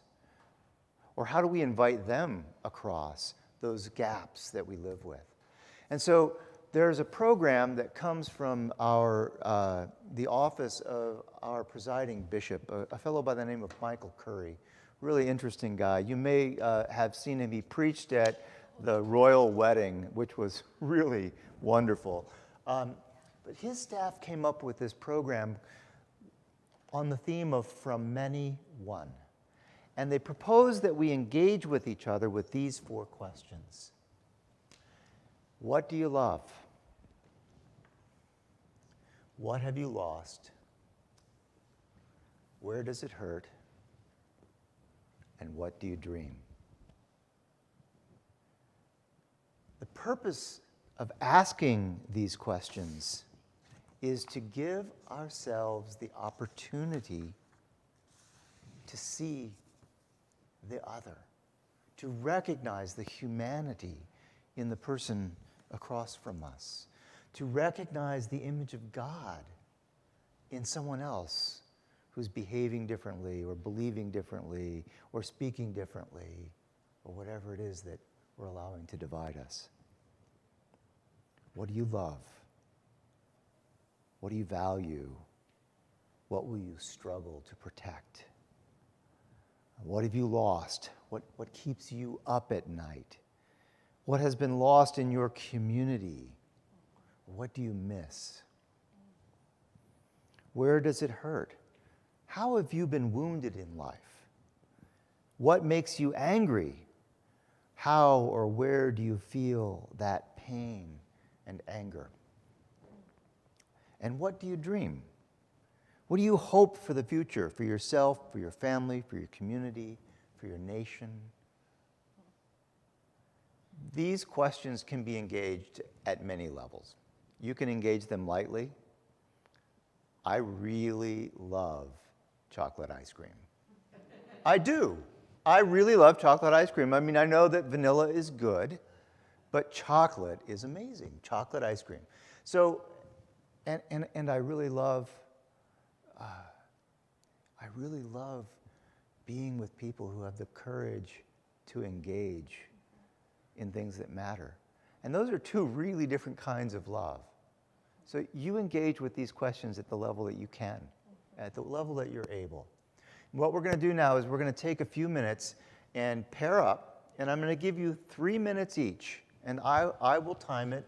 I've left my phone over there, but I will time it with my phone so that you have 3 minutes each. Alice, you've got your hand up. Yeah.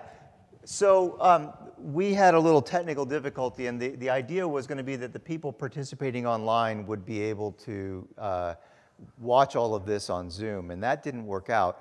But the Zoom meeting is still open, and so for those of you who are watching the live stream, we invite you to go back to the Zoom. You can leave the live stream open and go back to the Zoom. Yes? They can also put in comments if they're watching on YouTube. Okay. But if you go back to the Zoom, Alice, who's managing this, will put you into pairs, and you'll be able to share with people, okay? So please go ahead and move around right now. Find someone that you can talk to, that you can share with, and yeah.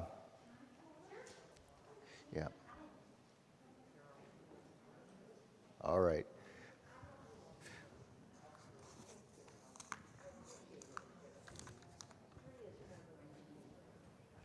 All right.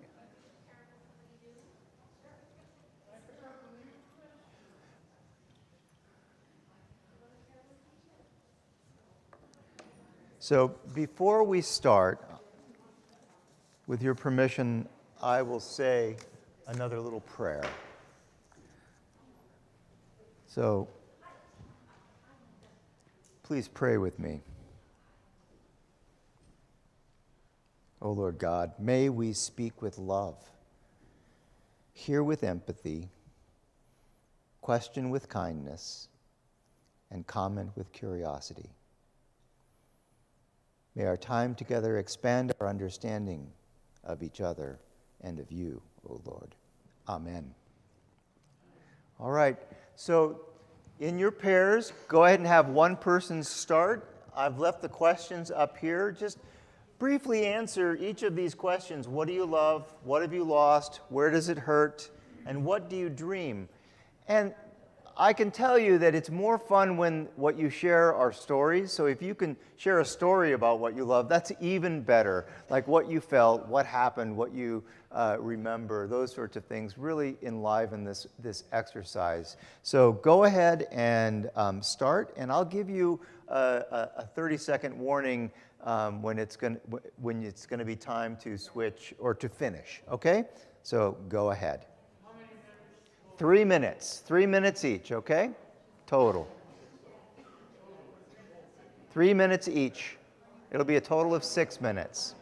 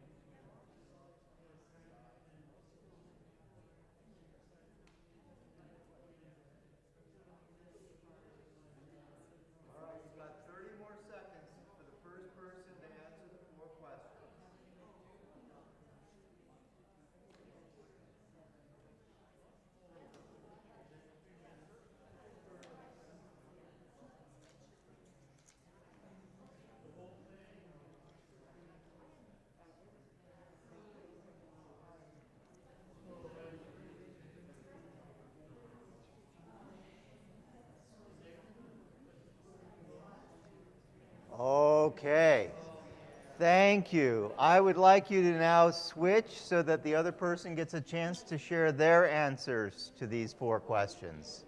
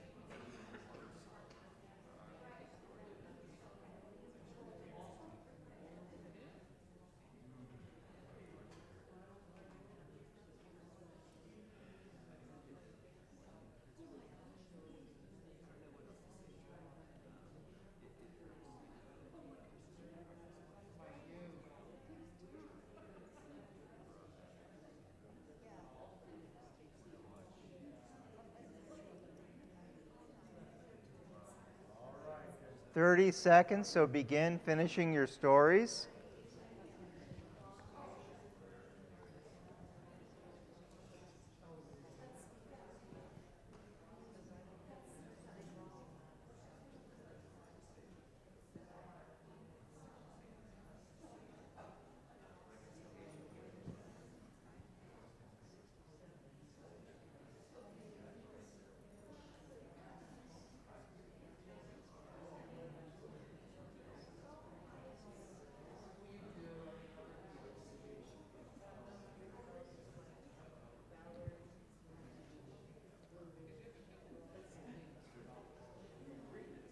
All right. Are we there?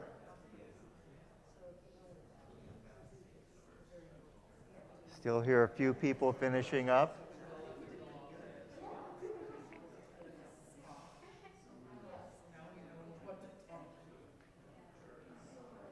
All right. Thank you, my friends. So the next thing that we're going to do this evening is, with Linda's permission, we're going to have an opportunity now to share in the larger group.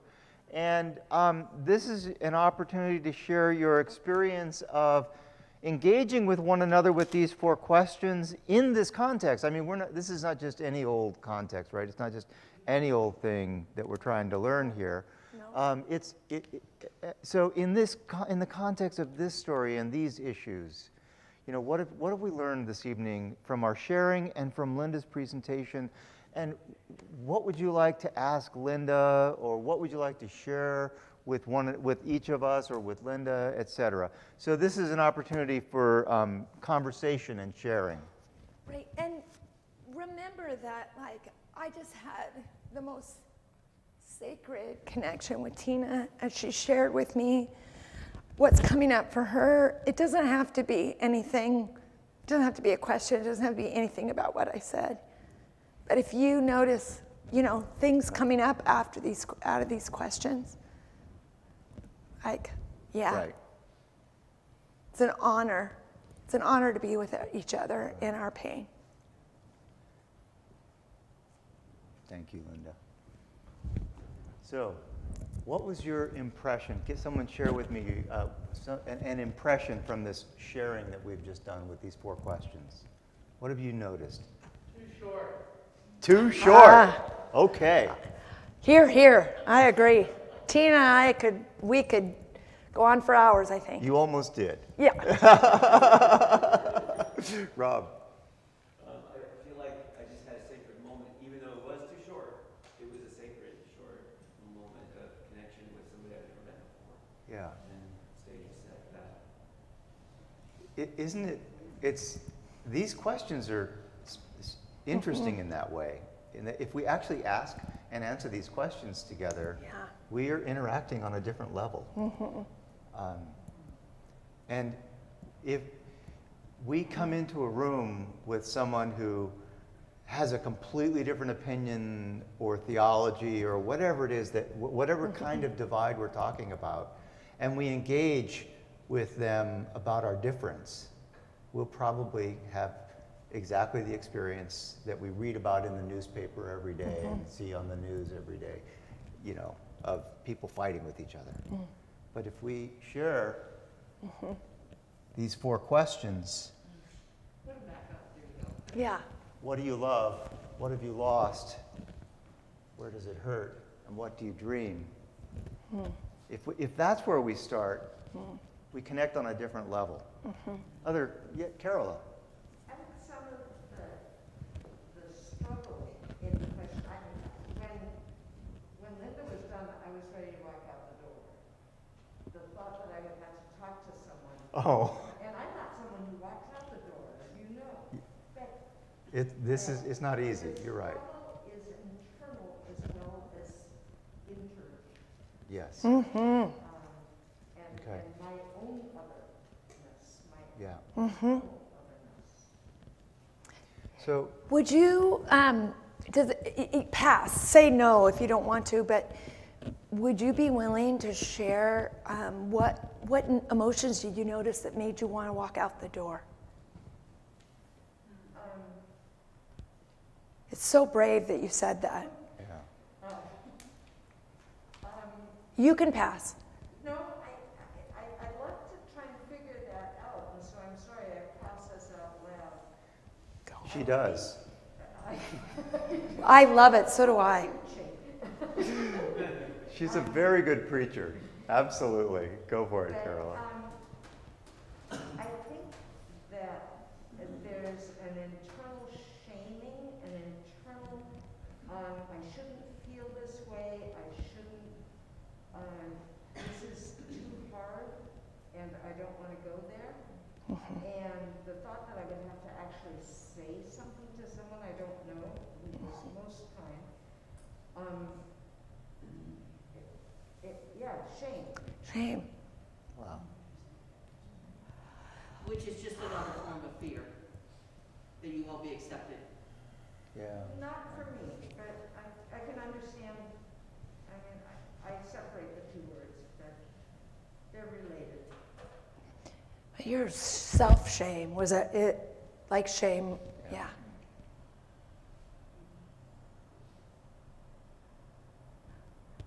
I think what you just did is such a beautiful model of what I'm learning to do. Thank you for doing that. It's life-changing if we can do it.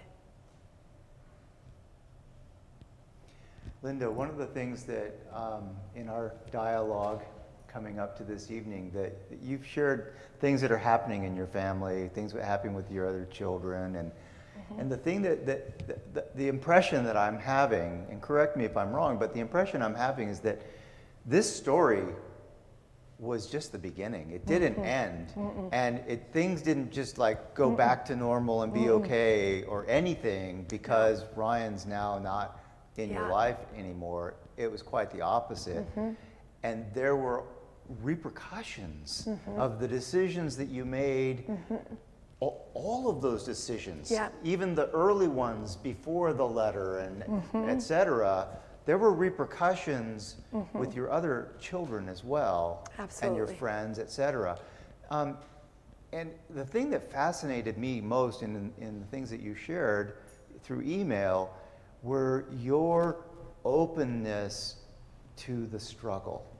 And I wonder if you could say more about that. Like when one of your kids comes to you and says, "What about me?"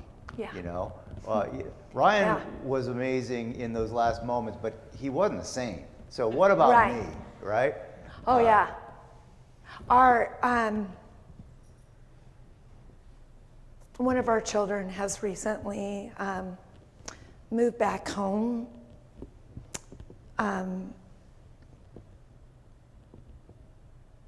After some crises in his life, and he happens to be the child that the self-loathing that we had taught Ryan,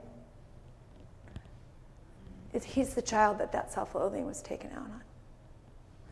And he said to me, to Rob and I, about a month ago, every time there was a choice to be made, Ryan or me, you chose Ryan. Before Ryan died, every time, you chose Ryan. And after he died, you still kept choosing Ryan. You've chosen Ryan every time.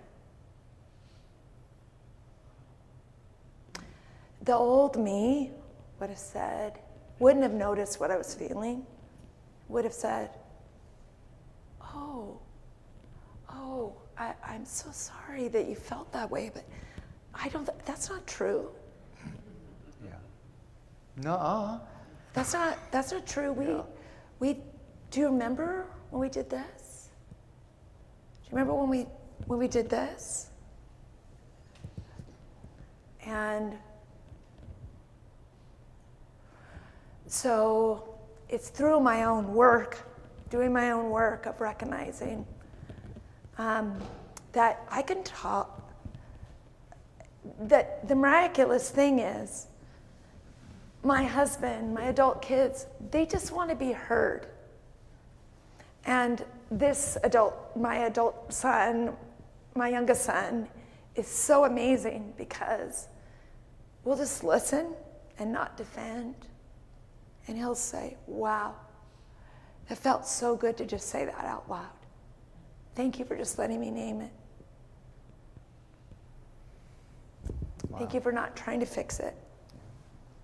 I think there's a child psychologist I follow on Instagram, and I listen to her podcast. Her name is Becky, Dr. Becky, or Dr. Becky Kennedy. And I don't have any grandchildren. I just have grandkittens. But I have 4 chosen grandchildren, and it's their mom that told me about Dr. Becky. And I keep learning so much about humans through this child psychologist. And she says that all children are distressed. All children experience distress. It's not distress that traumatizes children. It's being alone in their distress. And when I heard that, I was like, head exploding. The PTSD that my adult son has and that my husband have, it's not the trauma that is the problem. It's being alone in the trauma. And I can't fix the trauma. I can't make my husband's life different. I can't make my son's life different. I can't go back and change. But I have the ability to listen and be there. Yeah. So they're not alone in it. Does that make any sense? Yeah. I'm just saying, I'm here with you. At the end of, and at the very end of lots of shutting my mouth. Yeah. Wow. So that's part of I'd love to hear what comes up for you and what has worked and hasn't worked for you. And if you think about your loss and your own, what you love and what hurts, sometimes those hurts are because you've been alone in your pain, or someone else has tried to make it go away, or hasn't validated your pain. And if that ever, it'd be, anything that comes up, we'd love to hear it. Because we can practice this together. That's one thing I think it's great, is what Father David is doing with you guys. It gives us a safe place to practice this. And the stakes aren't high if we screw up. If I screw up tonight, it's not as high as when we're in a situation with close people that we love that are really hurting. Because it's easier to do with somebody you don't know than somebody that's really close. It's harder not to fix. Yeah. I was going to say, I think there's always some fear that goes on in trust, particularly with people you don't know. I guess I feel what you're really doing for us here tonight is creating some fertile ground for us to engage in this. So I think whenever we feel shame or fear or contempt, we can harden our heart and we become silent, we become defensive. And by you softening yours, it allows us to see, just as we've been harmed, we know, I think it's the hardest thing to see is where we've harmed our children. Yeah. And to step into that, and it's far easier to step away. And so I think if anything, you're giving us that opportunity to step in, as well, I think most all of us want to be known. Yes. It's scary. So it's much easier to talk about something a little bit out there. Yeah. Yes. And open ourselves up. So I think that's what you're really doing, is just help make the ground a little bit more, less hard for us. Oh, thank you. Thank you. I think... You have a tremendous story of horrible heartbreak and struggle. I mean, it's had to be terrorizing, really, at many times. Yet, I think that's what you're bringing a lot of good from it. Thank you. I think one thing that, for those of you who have children, adult kids or grandkids or anything, one thing I've had to learn the hard way is that, and I've learned as a child of parents, that when we're expressing our wounds to our parents, our children are expressing their anger or wounds to us, we're doing it because they love you. Like when my kids are angry, our youngest daughter came up about a year ago, no, not even a year ago, into the kitchen, and she was so angry about something. And And what I wouldn't have done before is seen that as her coming up because she loves me. She's coming up because she wants a relationship with me. And she wants to be connected to her mom. That's why she's trusting me with her anger. And Rob and I used to always demand that our kids be respectful and they do it right and they not be, not be rude. And the thing is, we want to be the safe place. They were doing great outside the home. They never got messy outside the home. If the house isn't a safe place for kids to express, if her parents, even though our kids are all, as of March, this coming March, they'll all be 30 and above, they still have wounds and anger from all the stuff we went through. Yeah. And it doesn't need to come out nicely. In our case, with our kids, it usually is really nice, but it doesn't have to be. And when it's not nice, if I can remember, they're doing this because they're moving toward me. They want connection. I'm not going to demand that it's packaged neatly. Does that make sense? So if you can just thank them for trusting you enough,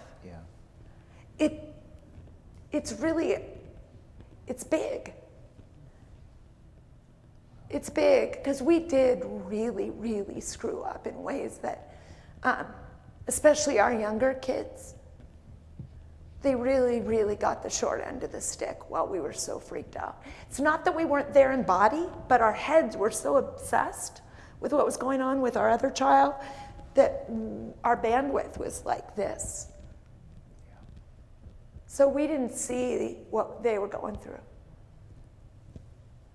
And so they were alone in a lot of their pain. So Linda, I actually see this part of your story as beautiful and as powerful and as important as that part of the story. Because we've all known families that were blown apart by a mental illness or an addiction or an event of one kind or another.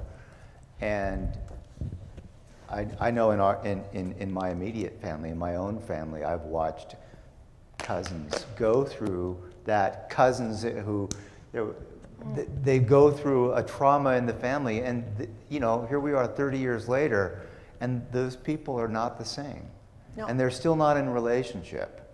And so the ability to find connection or ways to connect, right, after, and to reconcile those unseen things that happened while all the drama was happening, right? I think that's as important as anything else. And I think a connected, intimate family doesn't mean a family without conflict. Yeah. It doesn't mean a family without wounds. It just means a family that's allowing all of that. Does that make sense? Our adult kids are closer to each other than they've ever been before, and they're closer to Rob and I than they've ever been before. But it's not because everything's neat and nice. It's just that everybody can be who they really are without having shame, if that makes sense. Now, we screw up. Rob and I we screw up all the time. Rob, I'm going to hand you a microphone. So you can... What's your thought? I want you to tell them about what Dr. Brian has taught us. He taught me about tolerating more than we think we can. Tolerating, we can tolerate the discomfort. Oh yeah, it's actually... What happened here? You tolerated. Yes. You tolerated staying in the space, even though your instinct said, run. That's actually a term that our daughter, who's a psychologist, has taught me. She's modeled for me, I can tolerate feeling this. I can do that. And I'll say it to myself. When I see my kids in pain, I'm like, all right. Oh, this is hard. Or if I feel, I feel guilty and shame a lot. It comes up for me if I talk too much or talk too loudly or something.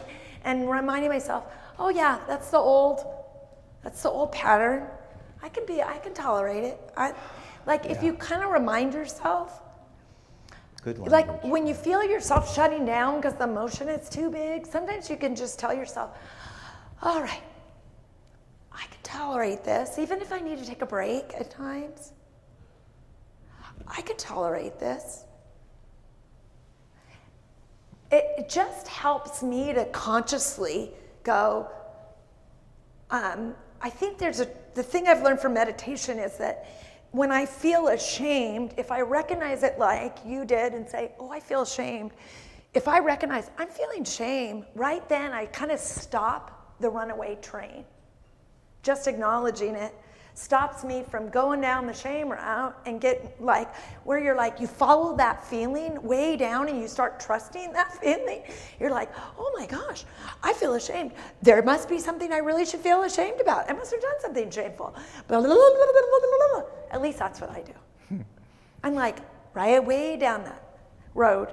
And if you can stop yourself and go, oh, I'm feeling ashamed. Wow. All right.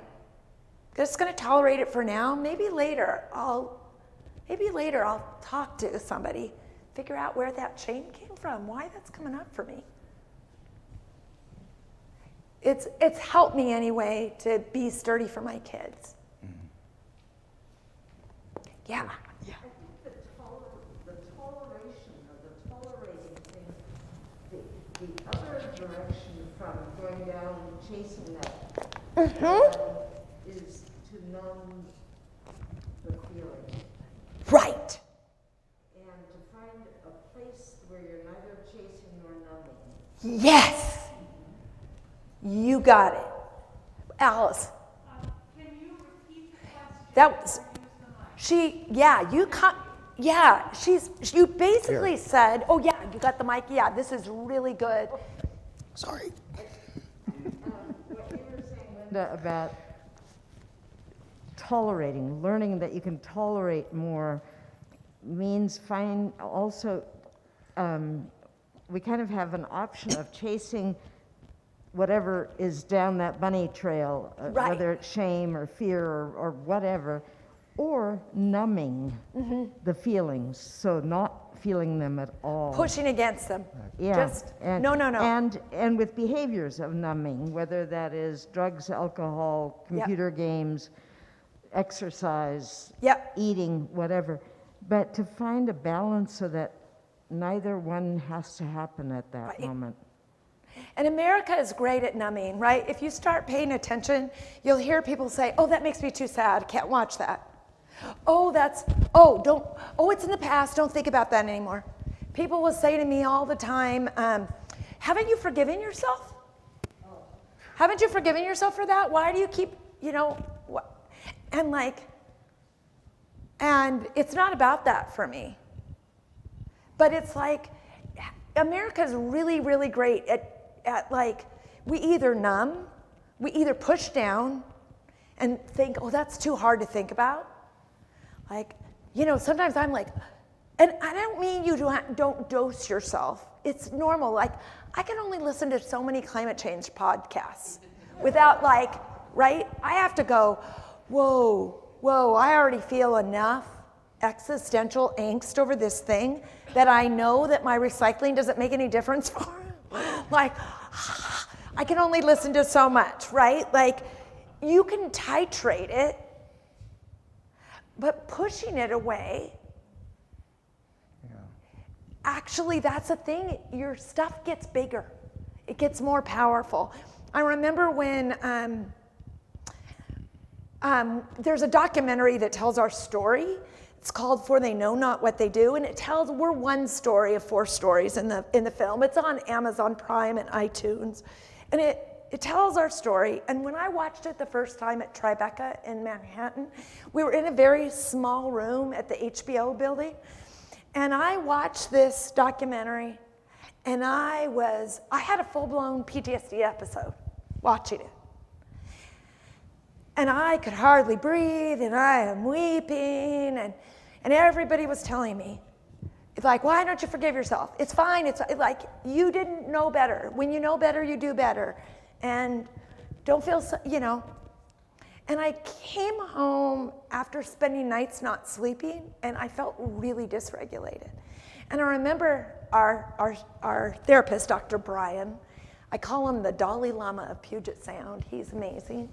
He said, Linda, you're not forgiving yourself. You're just grieving. You're just grieving. You're just grieving that these tragic mistakes happen. And then he said, people were saying, don't go watch the film again because it did this to you. Don't watch any more of these screenings. And there was a bunch of film festivals. There was one here in Seattle. And so I was like, maybe I shouldn't go. Maybe I'll have PTSD again. Maybe it'll be too hard.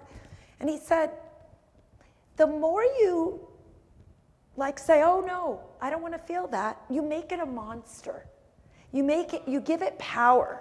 It's back to tolerating. Right. You have to be willing to sit with it. Right. And he said, there's nothing on that screen you don't already know. Right? Right. Right. Yeah. It's not. I think that's the reason, like Tina, it's healthy to talk about what happened, that moment that your husband died, what it felt like being in the room. It's so healthy. You went through it anyway. And so to speak it and to speak his name, like we don't have to, is it going to make, every time I've seen that documentary, I cry.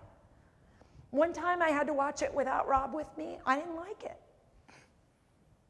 It was hard, but I tolerated it.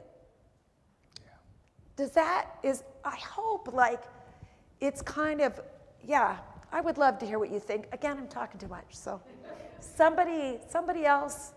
I'm just curious how you forgive people at your church or whatever church you ended up with. Yeah. Lori, can you talk into this, please, so that the people online can hear it? Yeah, is that working? Yes. Yeah, I just am curious how you've learned to forgive the people at church that maybe aren't saying that, God loves your son and all the LGBT community, period. I mean, because lots of people don't think that. Yeah. That's a good question. Sometimes I do better than others, times.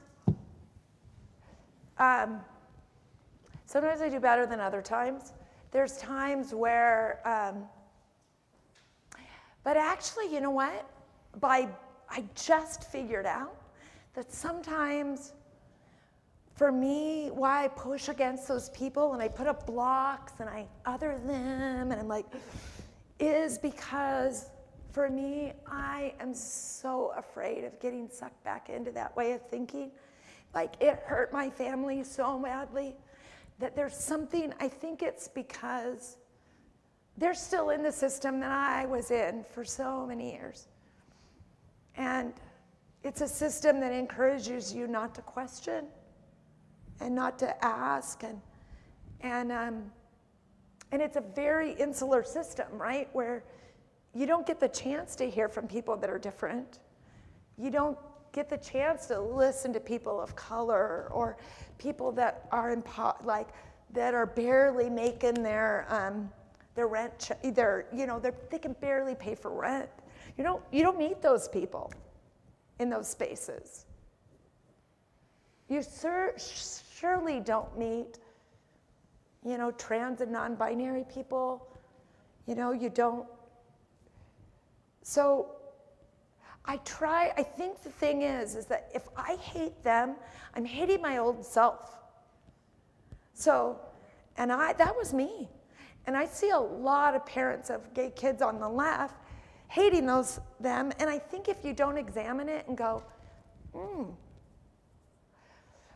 gosh, am I really hating that person or am I hating the person I used to be? And maybe by learning to have self-compassion, I can be a little less judgmental. It doesn't mean, believe me, it doesn't mean it would be easy for me to go to a church, where, my child died. And I did all those things they recommend.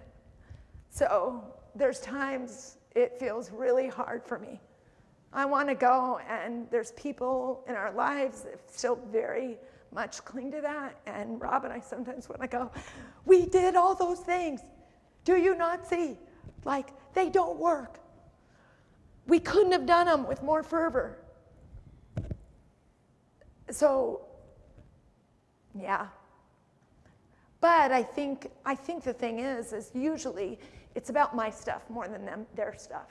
Yeah. That's what I kind of figured out. It's like, oh, I'm usually othering them. It's not about me. It's not about them, really. It's about me, what I'm dealing with. So that's what I'm trying to do.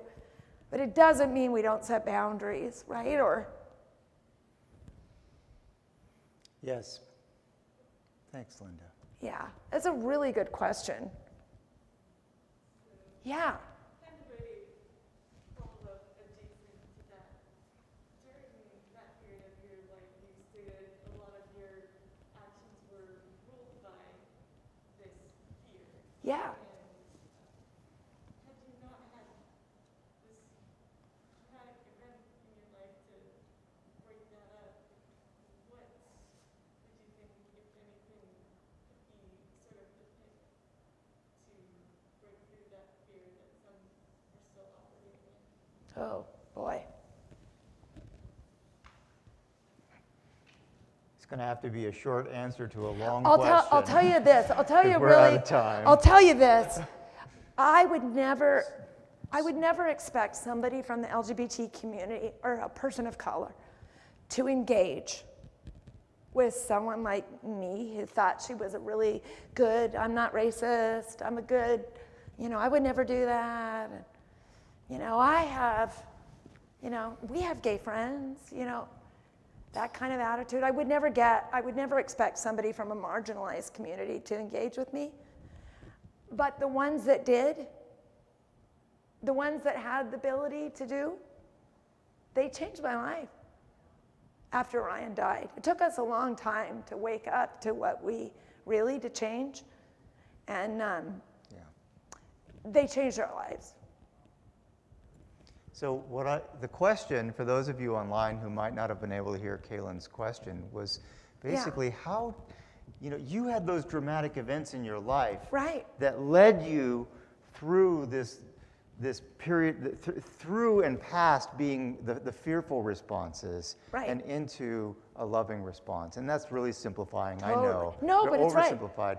But the question is, so how does someone who doesn't have that drama or that path, that journey that your family went on, how does someone who doesn't go through all of that learn to get past the fear? And do you think shame works, shaming them?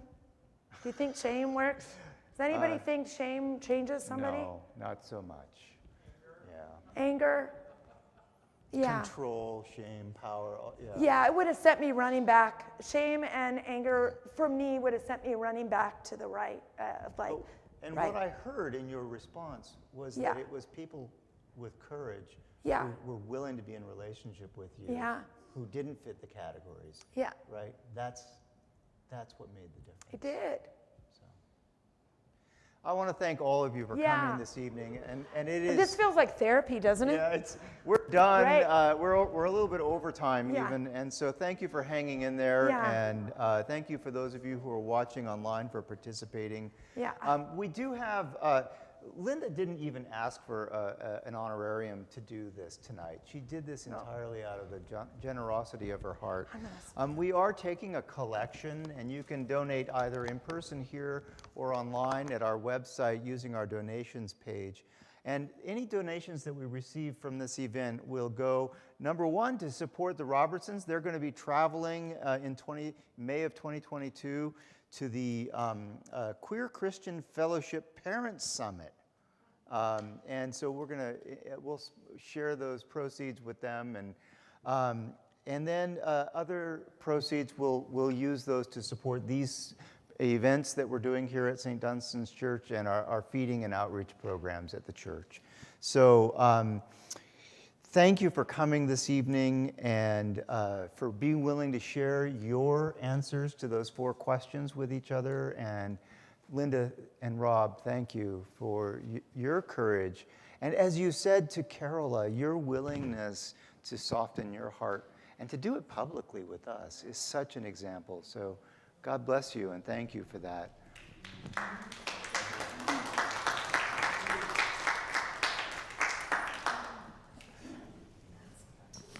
All right, thank you.